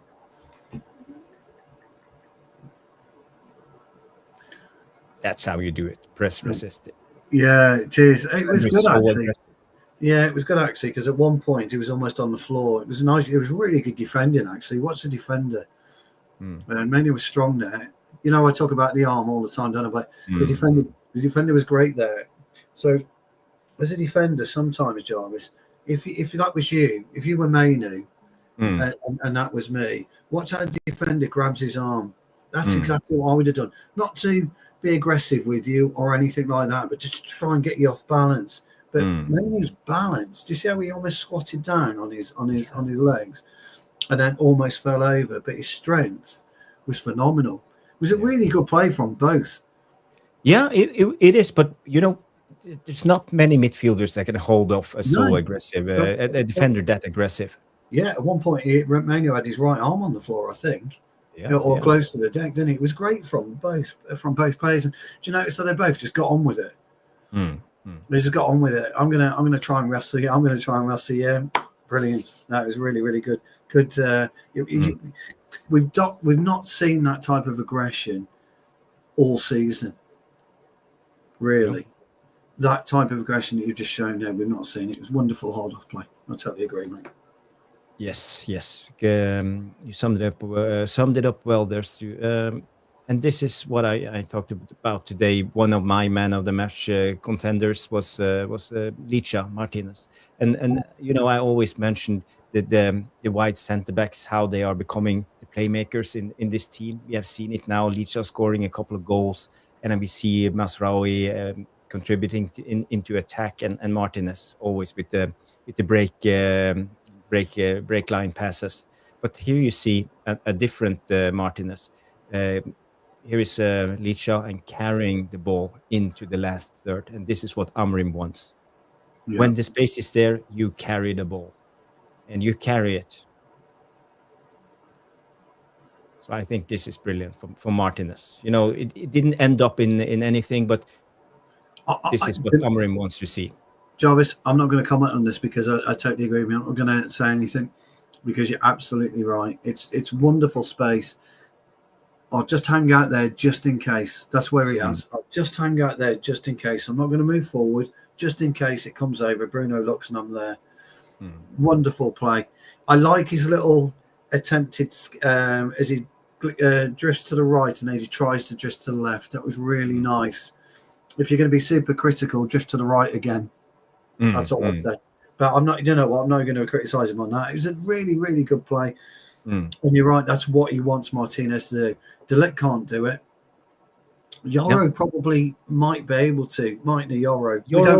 We've not seen him, but I think Yoro could do that. And Mazzari, maybe, but definitely not as good as Martínez. He was great tonight, Martínez. He was. I don't know where I'm leaning yet on man of the match. I've made up my mind, but he was great tonight, Martínez. Yeah, he's right up there, you know. And I've been talking a little bit about this. I will do a deep dive into it a little bit more because, you know, Chris Wheeler, Sheffield United. Yes, Chris Wilder. Chris Wilder. I mean, sorry. You on about the gaffer? Yes. Yeah. Sheffield United. He played the 5-3-2 formation, but he had the wide centre backs always contributing into attacking zone 16 and 18 all the time. And now we see it. Something happened with Amorim. He changed up his system a little bit because our fullbacks wingbacks were pinned down all the time by the opposition. And this is the solution. He's letting the wide centre backs go into attack. But we said that though, didn't we? Me and you, we talked about it. Was it the last show or the show before? When we were demonstrating our deep we spoke about it, didn't we? We said if we pushed them and we left them there, but to be fair, we were both kind of worried because we didn't think we got the personnel to do it. I think I said Martínez can do it. I'm not sure on the other side. We both did. We must Maui on the right. That's the only option. Yeah, you said you got to put Mazzari right in midfield. Right the three. And I said, bring Martínez out then. And then there was some great debate from the guy. Well, can Martínez do it? Is he quick enough? Do you remember? Really good debate. And look, Martínez is showing something that Amorim demands from his back three. And at the end of the day, you only need one of them to do what Martínez is doing. You don't need all three. You just need the one to be able to push that line, to be the creative spark from the back. And he is that spark. It's great to see. It's fucking refreshing, really. But the thing is, there's one other manager who do this. It's Inzaghi at Inter. Inter Milan. Simone Inzaghi. Yes. He did it at Juventus, didn't he? Was it Juventus? Yeah, it was Milan. It's Inter Milan. Yeah. He lets his centre backs go wild. Bastoni, you know, that the Pavard, the guy that we almost bought. We almost had Pavard, didn't we? They have so many goals and assists in one season for Inter. So go check it out if you want. And they are brilliant at this. And it's very hard because they switch with the midfielders dropping down. So Inzaghi has actually created. We all heard about the false nine or the inverted fullback and all of this. But Inzaghi uses false centre backs. Yeah. So when they build up, the midfielders like Barella and all of them, they drop down as the deepest players, and the centre backs push up. Yeah. And they push up high and wide, and then they go into attack. Now we talk about the bald fraud being the great innovator in the false nine. Bullshit. Inzaghi is the great innovator. By what you've just spoken about. That's if you're going to talk about modern management, that is the epitome of modern management. Because I will say to you, just look at Alan Ball in the 60s and 70s. But you're not going to be looking at Franco Baresi, one of the greatest centre halves in the 80s, do that, are you? You're not looking at Maldini do that, are you? One of the the best left backs and centre halves of his generation. You don't see any of that. The real innovation is Inzaghi, mate. And that's it. Period. I'm sorry. That's just it. Fuck the ball fraud. Anyone can do a false nine. It's been done for years. And playing out from the back has been done for years. Just watch Stepney get the ball and roll it out to the fullbacks. But not what Inzaghi does. But the thing is, I'm starting to see similarities in this Amorim system. We are letting the wide centre backs go into. He's looked at it. Do you think he's looked at Inzaghi then and thought maybe I can do that? I don't know. I think Amorim is a good manager. I think he understands and do what he needs. He's a hell of to a do. coach, isn't he? Yeah, I believe so. I think he's a hell of a coach. I do. Yeah, Mm. I do. I haven't been excited. I don't get excited about anything really. I haven't been that excited to see what somebody can do in such a long time. Mm. And our fan base, unfortunately, is just so impatient that, because of the success of the 2000s, the late 90s, they're just so impatient. And for me, when we were talking with Kaz the other night, and I was saying, I've seen this trajectory. I've got a bit more patience about it, but I think when Amorim gets the right players, Jarvis, like you've been talking about, I think we're only going to go one way, pal. I really do. Mm-hmm. This is the Garnacho. When Garnacho hit the post, it's not much from a tactical point of view. It's a clearance from I think it's Eriksson or Masraoui, yes, and Højlund goes into the duel. Yeah, he drops down. There's a bad pass from the defender, and Garnacho is just there. He's this is off the post, isn't it? Beautiful strike. Yes. He was so unlucky. Can I just mention one thing about Højlund? There's only one reason why Højlund's on the deck. Watch him duck. He goes into the defender. It's the only reason. It's the only reason he's on the deck. The defender was great. Look how hard the defender gets up. Bang! Have that, son. Honestly, if you can you put that on the still quickly? Go back to the defender. If you can get him on the still and how high he is. Look how high he is. He's like almost. Would you say that's Ronaldo-esque or not? Or is Ronaldo a bit higher? But anyway. Are Højlund doing a Harry Kane? He was trying. Letting him roll over. He was trying. The thing is with Højlund is because he was backpedaling, it was the only thing he could do. But he was too. He didn't stand up straight. You stand up straight, defender doesn't get over you because you're like tall like that. He didn't get over you. But anyway, you can't take anything away from the strike from Garnacho. Look at him. He's away, isn't but I really hate when defenders, no attacker goes into duels like this area. I love it. Because it's so dangerous. In Norway, we had a good player. His name was Dagfinn Enerly, and he was paralyzed. He landed on his neck, paralyzed, wheelchair for life. And this is what can happen. So I think when you see Harry Kane doing stuff like that, going in with their ass first and just bounce into the defender, their feet like this, you can end up landing on your neck. Harry Kane's made a career of doing that, hasn't he? And he's never actually, by fluke, he's never injured anyone, has he? But it actually gives me an idea. We have to ask Keith Hackett when he comes on next time how they see situations like that, because the danger of a situation like that could be really high.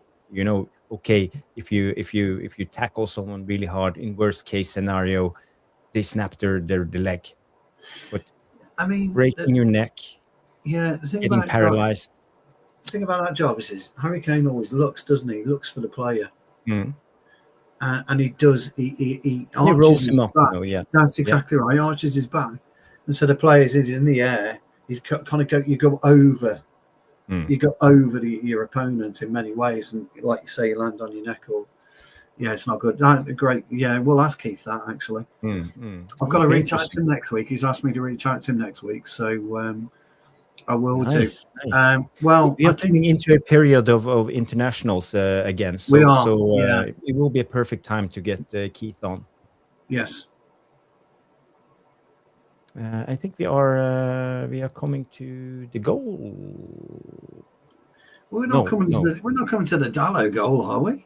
Would you believe it, Dalot? No. We have one more. The crossbar from Bruno. I believe this is. It was a brilliant strike. So Martínez again carrying the ball into the last third, playing Bruno. Look at his space. I know. It's actually brilliant from Bruno. It's a wonderful strike, wasn't it? Oh, I know. I watched it, as we're all watching it live, we're going. The bend, he put some beautiful swerve and dip on it, didn't he? I'm actually wondering what Steaua Bucharest is actually doing defending. You are sitting here with the flat back five. They weren't. Why do we have two midfielders? There should have been three here. It's lousy defending. So much space here. Yeah. We had a walk in the park in that second half. They gave up. We did. Yeah, we did. And this nice is on 0-0. Yeah. It's nice for us to have that walk in the park. But it's a beautiful strike. Well, look at the bend he puts on this. It's too easy there, the midfielder there. Just look at the bend. But then again, you see Dalot operating in this area. Coming in. Dalot, do you remember the because Rangers? He has been more up and down, but this game he was more in and out. Do you remember the Rangers game? We were talking about Xerxes not moving the centre half across the goal to give Bruno more space. Remember Proper when he blocked the shot? If you go back to this, just watch Dalot's movement when Bruno receives the ball. Oh, yeah. I just want to. It's roughly about there. Just watch. See what Dalot is now. Just watch Dalot now.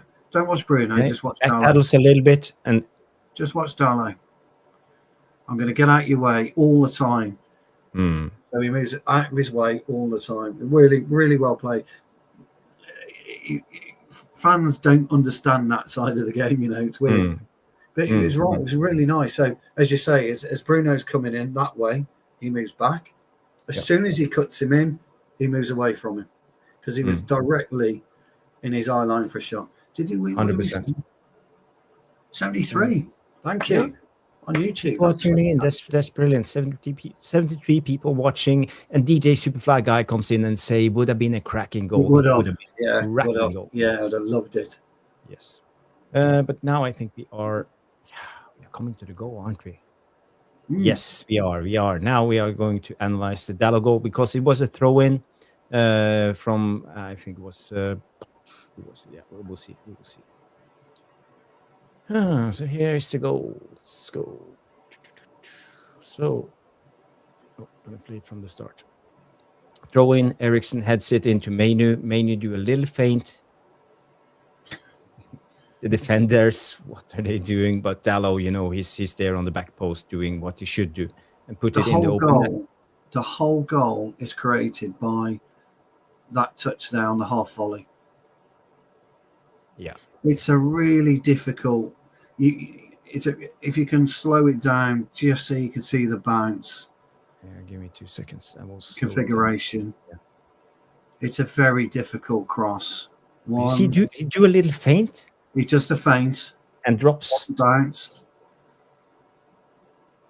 and he does this on bounce to Jarvis. Beautiful. Now I talk about bounce 3.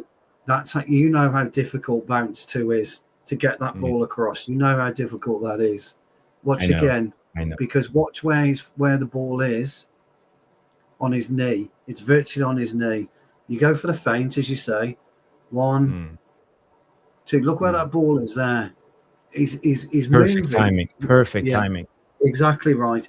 And as the ball drops, he pushes it. Well, it's almost a half volley, straight volley, isn't it? Across. It's a wonderful pass, Jarvis. I can't tell you how good a pass that is. It was a lovely play. I love that little feint. Yeah, but just imagine if he couldn't get it out of his feet. Yeah.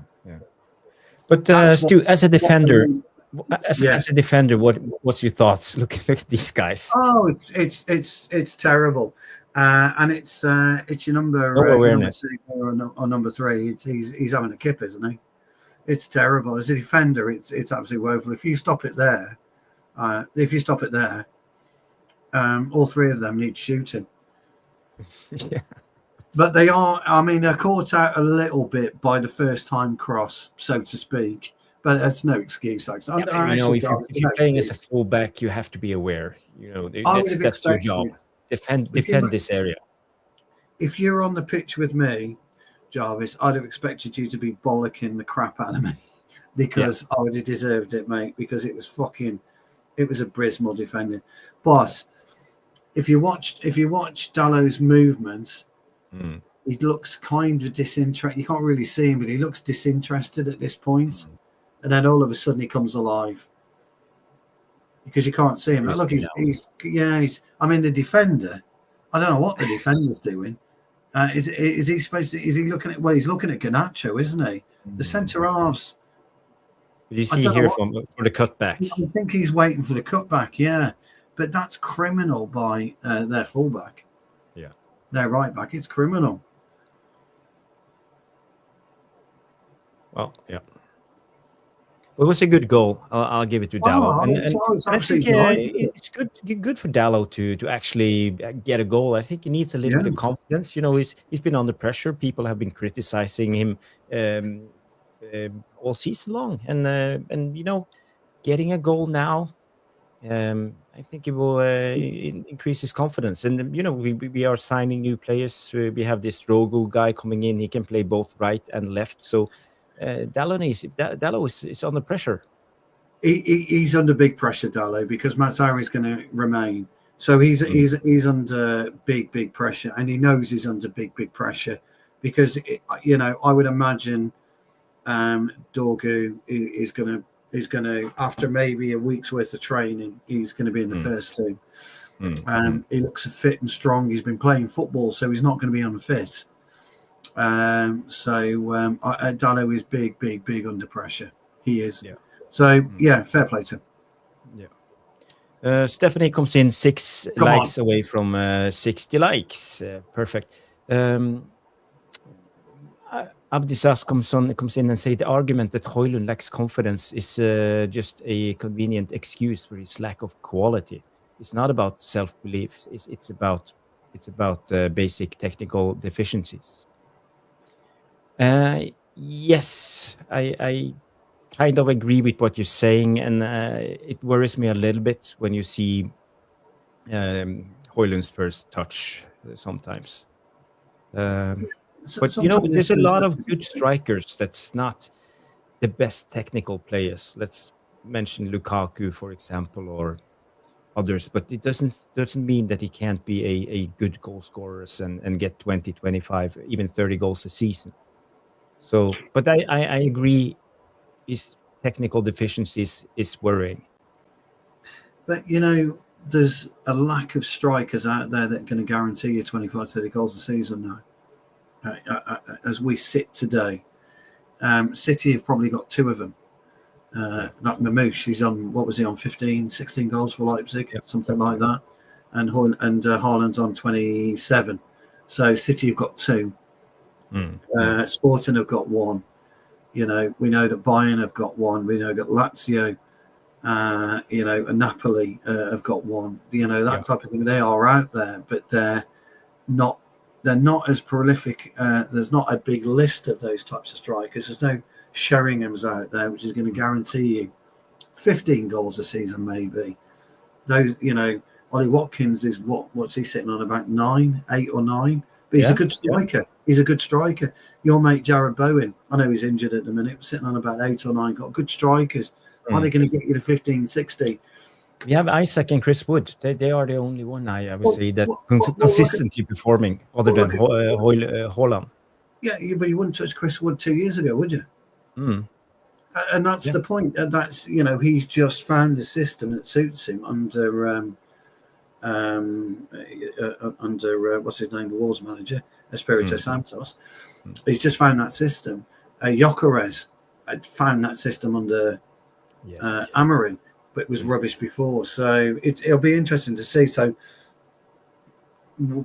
we are having to go at Højlund, and rightly so. But who are you physically, realistically, going to replace him with? And don't be telling me Matthijs Tell. For whatever you do, don't be coming and telling me that, because I don't think he's scored this season for Bayern, has he? Yeah, I don't know, but apparently it's going to Spurs, 60 million. For 60 million quid. I mean, you tell me. I mean, if Daniel Levy's going to pay, I mean, he's off his head. He really is off his head. I mean, I don't understand that. But hey, if you can get it, Jarvis, you take it. Yeah.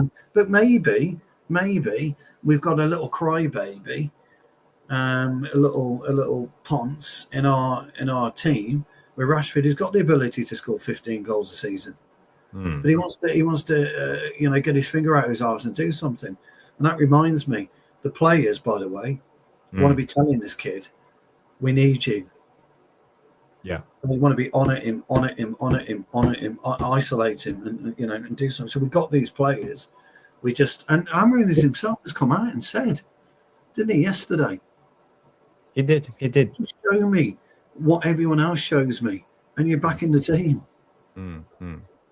Yeah, the Rashford situation will be interesting because I think Man United, Ineos are setting a deadline because I think the teams that wants Rashford are speculating. They are thinking is it Galatasaray? Waiting till the final moment and maybe. No, I think the Galatasaray is off. They signed another player now today. Oh, they signed one today. Yeah. So we will see. We will see what's happened with it. But I think maybe Barcelona, if they can offload the guy, because there's so many. I think that's what he wants. I think he wants Barcelona, doesn't he? I think that's what he wants. Yeah. We'll see. Yeah. I won't be sad if he leaves. No, I won't. I don't think any of us will be. No, he's not doing enough for us. We need him in a minute. And he's not doing it for us, Charlie. So at the end of the Trevor day, Wade comes in with a controversial one. Bring back Wout Weghorst. Would you do that? I think you. No. I remember you spoke highly about him in your days at All for United. Only because you found somebody who's willing to run that extra yard for you. Yeah. And football's been proven. Football has been proven for years, decades, that if you run that extra yard, you become valuable for the team. And he was valuable in that stage. Odin Igalo wasn't valuable by running the extra yards, but he could put the ball in the back of the net. People rip the piss, and rightly so, but he put the ball in the back of the net on more than one occasion. We know there's only one striker in recent years we've had that would absolutely thrive under Amorim. And it is our good old friend, Edison Cavani. Exactly. We know that if Amorim was there 3 years ago, when Cavani was there for that short spell, 2 years, we'd have been scoring goals for fun. For fun. It was brilliant. I miss Cavani. He was a brilliant striker. He was amazing for us. Yeah. Next clip, they had the chance. Bucharest had the chance. But I want you to notice one thing. And after last game, we talked about how they always track back and don't go into pressure. But look at the Ligt here. Yeah. He didn't back all the way down to his own, I don't know, the penalty mark or. Yeah, he made him shoot. Yes. So again, look at the Ligt. Yeah. Finding the right moment to go into pressure. Yeah. So actually today they are doing all the things that we have been criticizing them for. They are actually doing the right thing. But that was a big it was a brilliant goal. Paul Bada, number 7, for getting offside. I mean, fucking hell. I mean, talk about amateurish. Look at him. Absolutely. Looks like a defender just heading the ball back to the goalkeeper. Yeah, he's offside there, amateurish. And then he doesn't even stick it away as well. Double amateurish. Yeah. He misses the fucking target. Fucking hell. Yes. You would have buried that, pal. You'd have been peeling away. As the ball was in the air, Jarvis, you'd have been thinking on your celebration. Bang. And you're away. Look at it. I always do the Macarena, like Lee Sharp. You had hair then, though, don't forget. You had flowing locks then, didn't you? Yeah. I did. I looked like Pirlo when I played. Long, dark hair. Oh, what a legend. The legend, Pirlo. Well, you were better than Pirlo, obviously. I mean, obviously. Of course he was. Pirlo, Joyce, Pirlo who?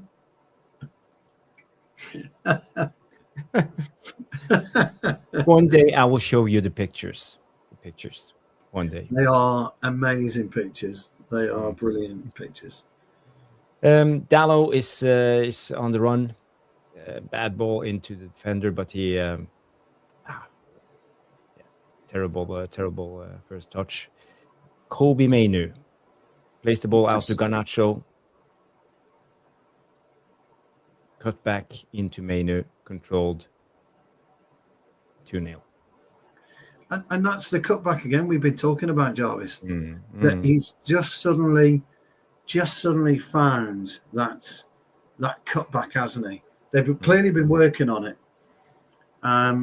Look at the space, though, again. Look at the space he finds. 1, 2. You always do second touch when you're crossing if you can. Wonderful. One small detail when it comes to Kobbie Mainoo. Look at how he runs up to the ball when the ball comes. Yeah. He almost like have a slow step just to get on the right timing of it. Look at him. Did you see it? Like it's a small detail, but it tells you a lot about how good Kobbie Mainoo is. And he runs it on the instep of his foot as well. Opens his foot to get it wide. Wonderful. It's a first time strike. It's all you can do with that first time strike. Kobbie Mainoo, what a player. I don't have any clips left. I think I have maybe one. Give me 2 seconds. I'll have to check. Well, I have 2. That's all right. I think we've got some questions as well. Oh, okay. Yep. Yeah, I think we've got. Yeah. Yeah, we've got some 6 questions, something like that. Let's run through the last 2 clips and we can do some questions and do a Q&A before we wrap up the show. So thank you everybody for watching. If you haven't, smash the like, subscribe, and we will talk a little bit about the poll, the man of the match. But first of all, we have to run the 2 last clips. Here we go. It's a brilliant play from Garnacho and Bruno. You all remember this. You see Bruno carrying the ball, plays a beautiful ball into Garnacho running on the wing. Garnacho takes it inside and Bruno on the overlap. And it's a back heel. Yeah, so Bruno was upset with somebody here, and I couldn't work out who he was upset with. Oh, it's a brilliant play from Garnacho. Yeah, if you want, have you got the aftermath or? No. He turns around and he's upset with somebody, and I'm not quite sure who, because the run from Bruno and the pass from Garnacho was brilliant, because he's given Bruno the space that he needs. In fact, Bruno really could have taken it first time on his left peg. Yeah. He's missed. And then he turns around and he starts gesticulating to him. I'm guessing Xerxes, but I don't know why. You know, we all know Bruno. I think his teammates just laughing inside, when Bruno does probably taking the piss. Yeah, probably taking the piss for the miss. But I would have taken it left foot personally. Yeah. Rather, I mean, it was. I can see what he was trying to do, but it was always going wide, wasn't it? But Garnacho again, faced up his defender. He's got 2 of them. Oh, you got it. I mean, look. Yeah. You've got to score, haven't you, Jarvis? Let's be honest. You know you have. If Jarvis has any more clips, he will have to put up his hair into a bun. Trevor's on form tonight, isn't he? Yes, Trevor's brilliant. He's on form tonight. He's got one more. And by the way, people, feel free to rinse us if you like, the same way Trev do. We are aware of at least me, how we are. It's all fun. Let's see. This is the clip. This is the last clip of the day, guys and girls. So pay attention, and then we will end with this one. And it's Bruno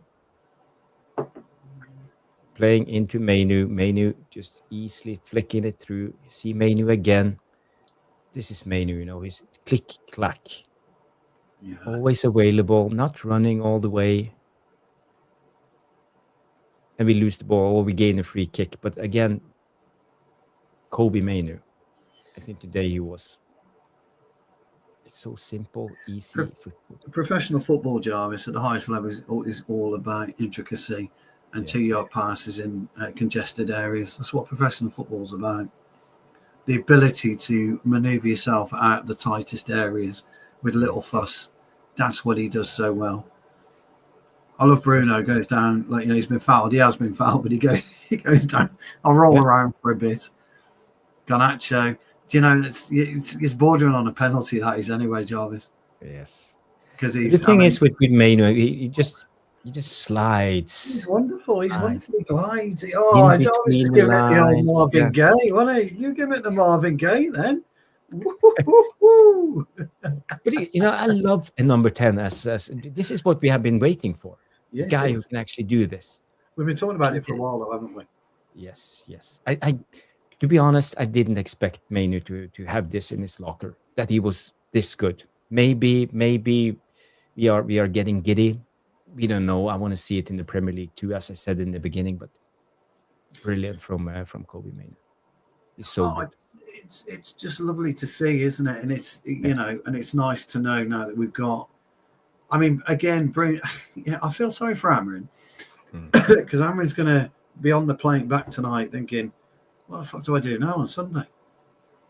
He's just, he's got more and more issues to resolve. But for once, he's got some great issues to resolve instead of some poor ones.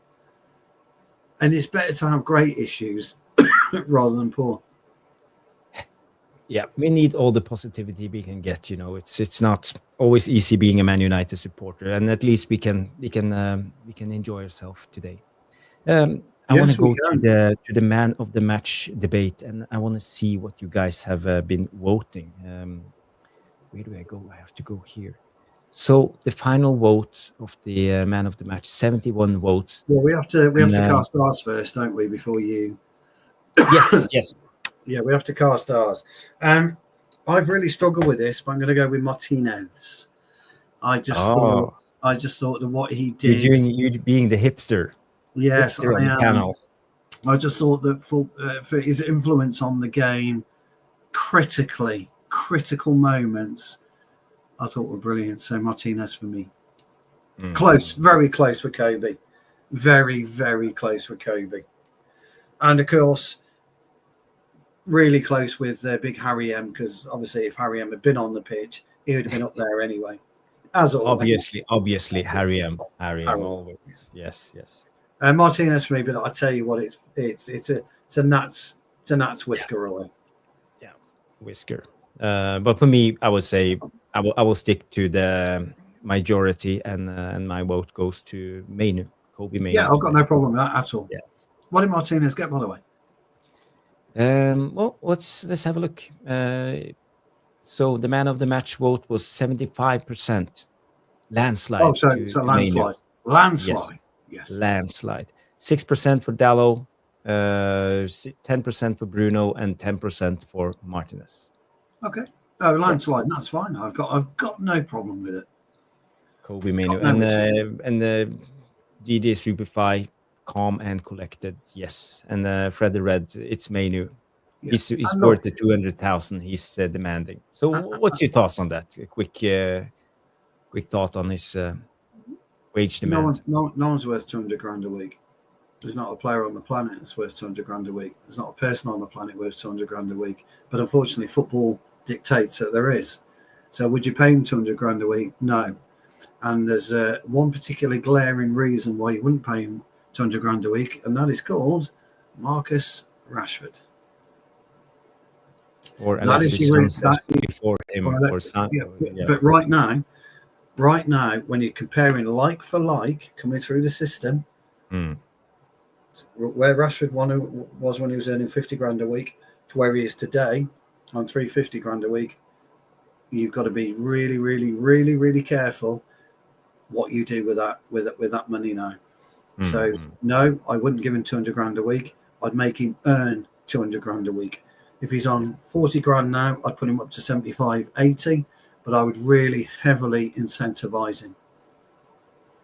And if that contract works out okay, and he hasn't changed as a person, as that is okay, I would look to reward him in 2 to 3 years' time. But I would not push him up to 200 grand a week. Now, it'd be the biggest mistake the club would make. Because if he turns into another Rashford, which could happen, or a Jadon Sancho, or a Alexis Sanchez or a Mo Salah, when he first signed his big contract at Liverpool at 350, he dropped off the perch. Fine. But you've got to handle this kid carefully, very, very carefully. And I would heavily incentivize him and give him a lower salary. Chelsea are very good at that. You know, we all hate Chelsea, but you know what? They're paying their 9-10-year contracts. Cole Palmer 75 grand a week over 9 years, but he's heavily incentivized as well. And Cole Palmer is one of the best players in the Premier League at this point in time. So just do it right with Mainoo. But look at Rashford, Jarvis. That's all I would say, mate. Yeah. I think you make a lot of sense. And I try. Yeah. It's working with my old mate, though. You know, you got to love what you do in life, haven't you? And working with my old mate, I get taught football with my old mate, and you know, it's easy. It's easy to have that kind of conversation. All right, how much have you given Trev there? Yeah, but you know what? How much has Jarvis given Trev? That's just the way it is. It's just the way it is. Mr. B comes in, say Bayender, lol. That's his man of the match. Well, and Fred the Red, I put Martínez as man of the match. 10 cc's common composure, Mainoo, but Licha was the man of the match. From Stephanie, also going with the hipster choice. And Mainoo with the Trump victory, the landslide. Okay, is it the hipster's choice, Jarvis, or is it the Defenders Union? There's always a goalkeepers union, isn't there? So we'll have a defenders union. And the United Football Way is in the house. Big up, and money can destroy people. Yes, for sure. Big up, the United Football Way. Thanks for getting involved, and please remember to subscribe and smash the like. An Elite Baller, United. By the way, did you guys catch Alien Tenno singing the United chant yesterday? It's one to watch. Great one. Are you going to short it? Get Jay to short it. 50,000 Busby Babes. You know that song? Yeah. Ask Jay if he can do a short on it. Yes, that would be fun. If Alien think it's okay. Yeah, I agree. Yeah. Okay. So now we did the man of the match. Shall we do a quick 10-minute Q&A? I think. Yeah, let's just drag those out then. Let's get the old questions. Yes. Up.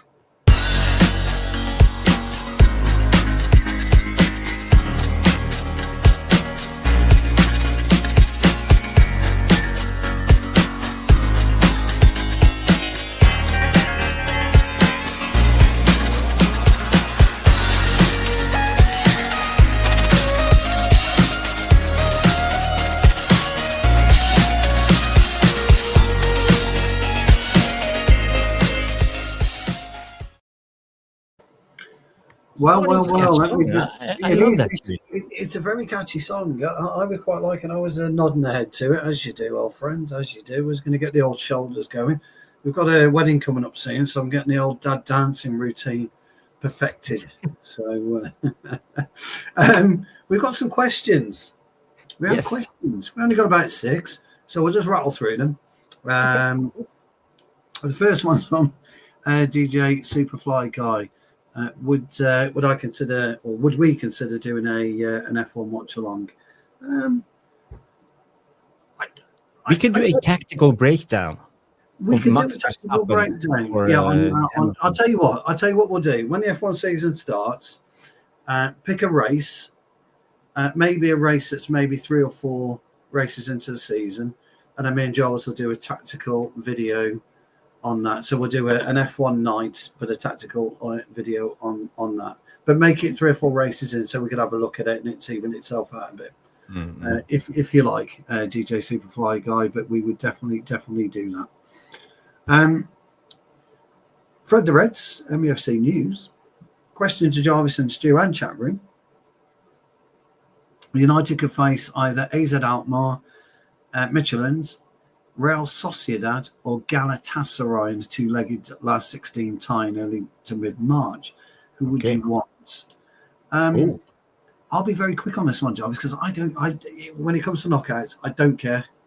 So I don't really mind. I'll take anyone over that period, because knockout football, anything can happen in knockout football. So I really don't mind. But if you're going to push me, Fred, I was around Galatasaray in 1994. Welcome to hell. I would love to go back to Galatasaray. So Galatasaray for me. Okay. It's a brilliant question, Fred. I didn't know that. So thank you for the information. And AC Alkmaar, I think we are a better team. Midtjylland, I think also we should beat them any day. When it comes to Real Sociedad, I don't like Spanish opposition. And Galatasaray, you never know what you're going to get when you face Turkish opposition. They could be quite difficult, especially going away. So one of the two first, and since we've already been up against AC, I would actually go for Midtjylland. And I think that should be a game we should, on paper, easily win. But it's not that how football works. But yeah. Yeah, I mean, I'd love to. Real Sociedad would be another great tie. Yeah, that will be a great tie. Yeah, interesting.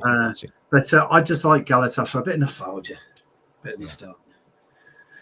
Great question, Fred. Thank you for that. That's brilliant.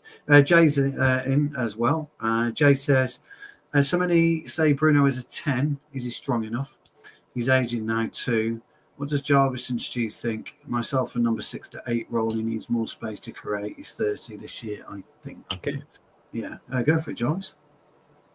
Well, as we have seen in the breakdowns, Bruno is actually changing up his game a little bit. He's carrying the ball more. He's holding on to it. He doesn't bomb, hand grenade the last third with Hollywood passes.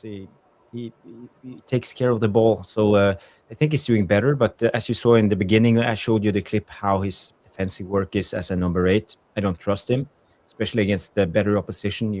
Can we imagine like Bruno going up against what's that Newcastle midfielder Brazilian guy? Tonali or Guimaraes? No. Joe Linton. Joe Linton, for example. Yeah. It would be tear apart, and that's my issue when it comes to Bruno. I think he's a little bit too lightweight to play that role. Look at Mainoo. He's like steady. He stands his ground, and this is what I would like from a midfielder. So I see him as a number 10 still, but I think Bruno is versatile. He runs a lot, and I think he brings another dimension to our team. But as you mentioned, he's 30, so It's a good one. I think he needs to transform his game into something similar as you saw Modric or Pirlo do, starting to be more aware, calmer, maybe dropping down, go into the regista role, like deep playmaker. He could do that, but then we have to have the perfect number 6 beside him. So, my answer was going to be your final part. He needs to change his game. He needs to adapt his game. He needs to look at Ryan Giggs, adapt it from the wing to central midfield. He needs to look at Paul Scholes, adapt it from a 9, 10, a striker. But I think he's doing that. That's what I'm saying. I think he's slowly adapting into a different player. To a ball player midfield. He needs to adapt. Otherwise, I think in 2 years' time, he's going to be a bit pot player. Yeah. Especially if Mainoo rises to the challenge from tonight onwards. But a great question, actually. Really good question. It's a great debate, that. And Dave comes in and he said, actually, Bruno needs benching. It's simple. Yeah. Well, maybe it's not. His role is not as a regular starter in the next year coming up. No. Yeah, no? Maybe it starts to change.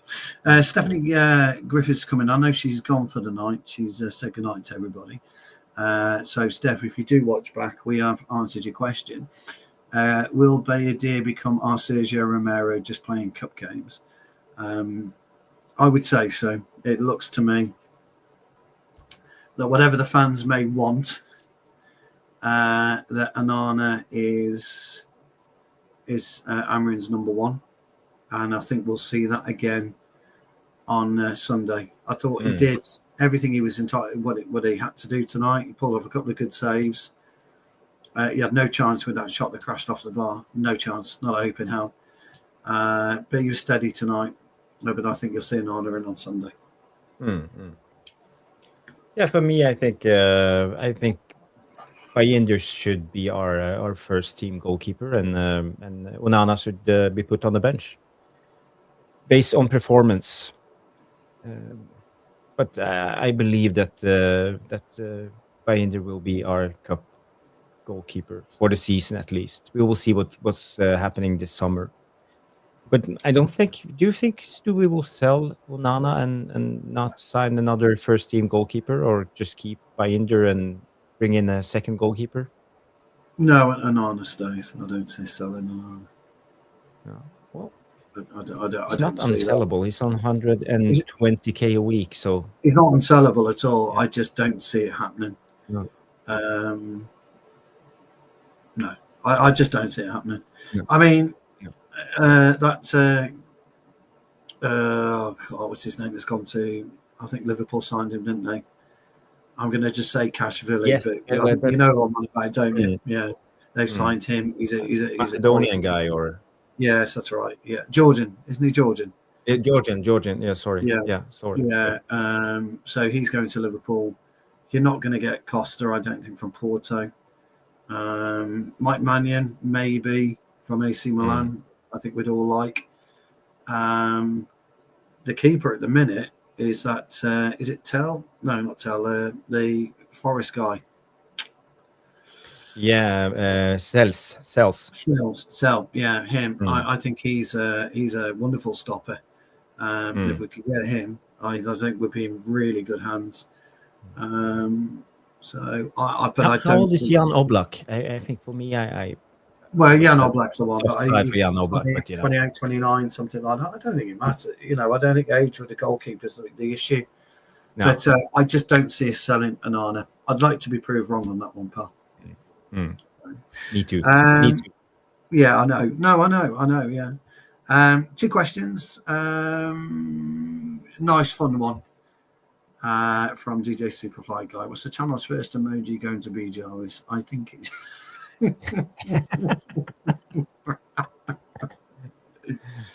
Yes.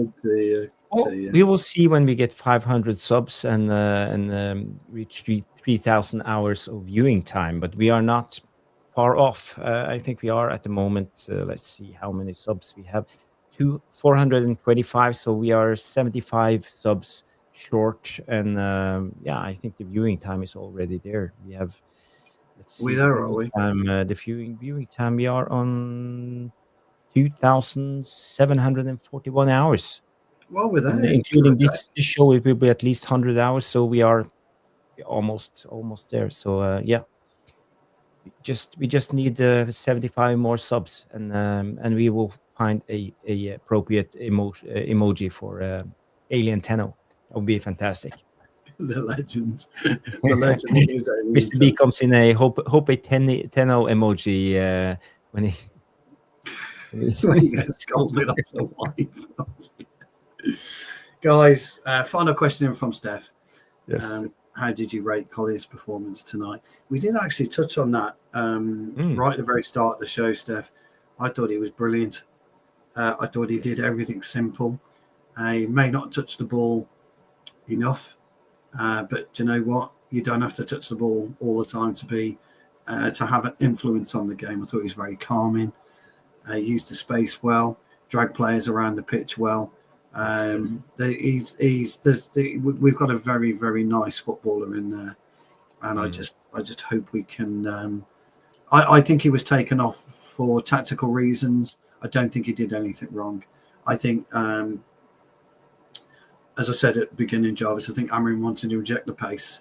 I think that was his game plan. I want to inject the pace in the second half, and I just think that's what he did. So, I mean, for me, I agree. I think Collier is brilliant. Where has he been all season? And now he comes in. He looks so mature in the way he plays football. He's very intelligent. He keeps it simple. Tic-tac, playing the ball, 94% pass success tonight again in the Europa League. He's always in the mid 90s. You know, it's like Jarvis, mid 90s. Well, I'm talking about the like music wise. No, that was my highlight. I'm talking about the legend. Pegging it down the wing, the ball glued to his foot, looks up, whips a Martínez-esque, or actually, it should be a Cocker-esque crossing next time Martínez puts one in for his old mate, bang, get in there. That's what I was thinking of. But yeah, mid-90s music. I'm a rock guy, so I was always into your AC/DC and Metallica and AC/DC. Yeah, I've seen them a few times, yeah. You did. Nice. Oh, yeah, lovely, brilliant. Absolutely, they're still going. They do. They are like us, like old men. Like us. They're rocking on. We're not. we're not rocking on. We're just Zimmer framing on, aren't we, pal? Me and you. Yeah. We're Zimmer framing to our offices every night. Yes. You don't see it. You don't see it. When before we go live, we're like, oh God, let me just have my oxygen. Yes. And we're another stream. Guys, I'm going to. That wraps up the questions. I'm going to put Jarvis in his rightful role as head of the organisation, and he can close us out the show. Yes, and as M87 comes in and say dismiss for me. Hey, well, Morrissey, yes. Heaven knows I'm miserable now. Yeah, well, look, he was brilliant as a solo artist as well. Morrissey, yes, I agree. Never seen the Smiths, but I've seen Morrissey live. Yes. Yeah, very good. Yeah. Oh yeah. So Trev says, "Thought you're a Dolly Parton kind of guy." I think everyone was a Dolly Parton kind of guy. If you know what I mean. By the way, did you see Brest yesterday? They lost against Real Madrid. Yes, they did. Yes, they two up front. Played two up front, did they? Yes, they're too big. They were quite big ones, weren't they, up front? Yes, they were. Too big. A big pair up front. Sorry, it's poor. I'm sorry. We're not here for our comedy value, guys. Because if they were, Jesus would have 0 followers. Well, it's late in the stream now. It's just the super loyal guys. We are 130 people watching, even at the end of the show. So you are great. Thank you for watching. I think we are. It's in Norway. It's 1 o'clock. 12 minutes past 1 o'clock. So it's bedtime for old Jarvis. So and most likely for you guys too. So I'm so happy that you all tuned in. We won the game. We will be back. Next game is Sunday. We're Sunday. I don't know what time kickoff we are. I think it's 4:30 because let's have a look. Let's have a look. Next game is Palace. It's Sunday, 2 o'clock. 2 o'clock Sunday. Yes, perfect. Yeah, 2 o'clock Sunday. Then it's City Arsenal. So it's a good Sunday. It's a good Sunday. Yes, it's a good Sunday. So we might have to go live after the City Arsenal game. We'll have to go live about 7, won't we? Yeah. I think. But that's okay. So I hope you will be okay with it. Maybe if we have the time, I will do a preview on the Palace game. Short one at least. Maybe tomorrow night, or I will see. I could probably do 7 Saturday night for half an hour. Saturday night, yeah. Let's do about 7 o'clock Saturday night for half an hour. 7 o'clock. I take the? I can do that 7 o'clock, but I can only do half an hour though. That's okay. We'll do a half an hour. 7 o'clock. We can do 7 o'clock. Guys, tune in next show 7 o'clock Saturday night. Palace preview, and then we will be on with the match reaction afterwards, and Jarvis's corner or tactical corner on Monday 9 p.m. We need a new name for Monday's show, don't we? Yeah. Who do we have on for Monday? I'm waiting to hear back off. We might be having Phil back. But it's deadline day, so we need a transfer expert. Yeah, we need a transfer expert. Yes, let's. It will be deadline day. Yes, yeah. Just watch this space for Monday, guys, because we don't know yet. So we will have a busy period, but then we will go into international 2 weeks, almost no football. So yeah, if you're sick of Jarvis and Stu by now, so you will have a little break, and then you'll have a little. Yeah, unless you want us to do a Q&A show in midweek one night. Yeah, we will do some content, but we won't do as regular as we do now with games all the time. So it's just the way it is. Let us know. Yeah. But I'm super excited. It's been a great show. We won the game. Everything is going well. We are nearly monetized, and yeah, it's good. So 2 hours 5 minutes into the show. It's been a great stream. And guys, girls, leave your man of the match comment in the non-live section after the game. I will be there, answer as many questions and comments as possible. It's great. Yeah. So hopefully I will see you in the non-live comments after the show. So thank you, guys and girls. Thank you very much, guys, for tuning in. It's been a great show, and have a good night. Bye-bye.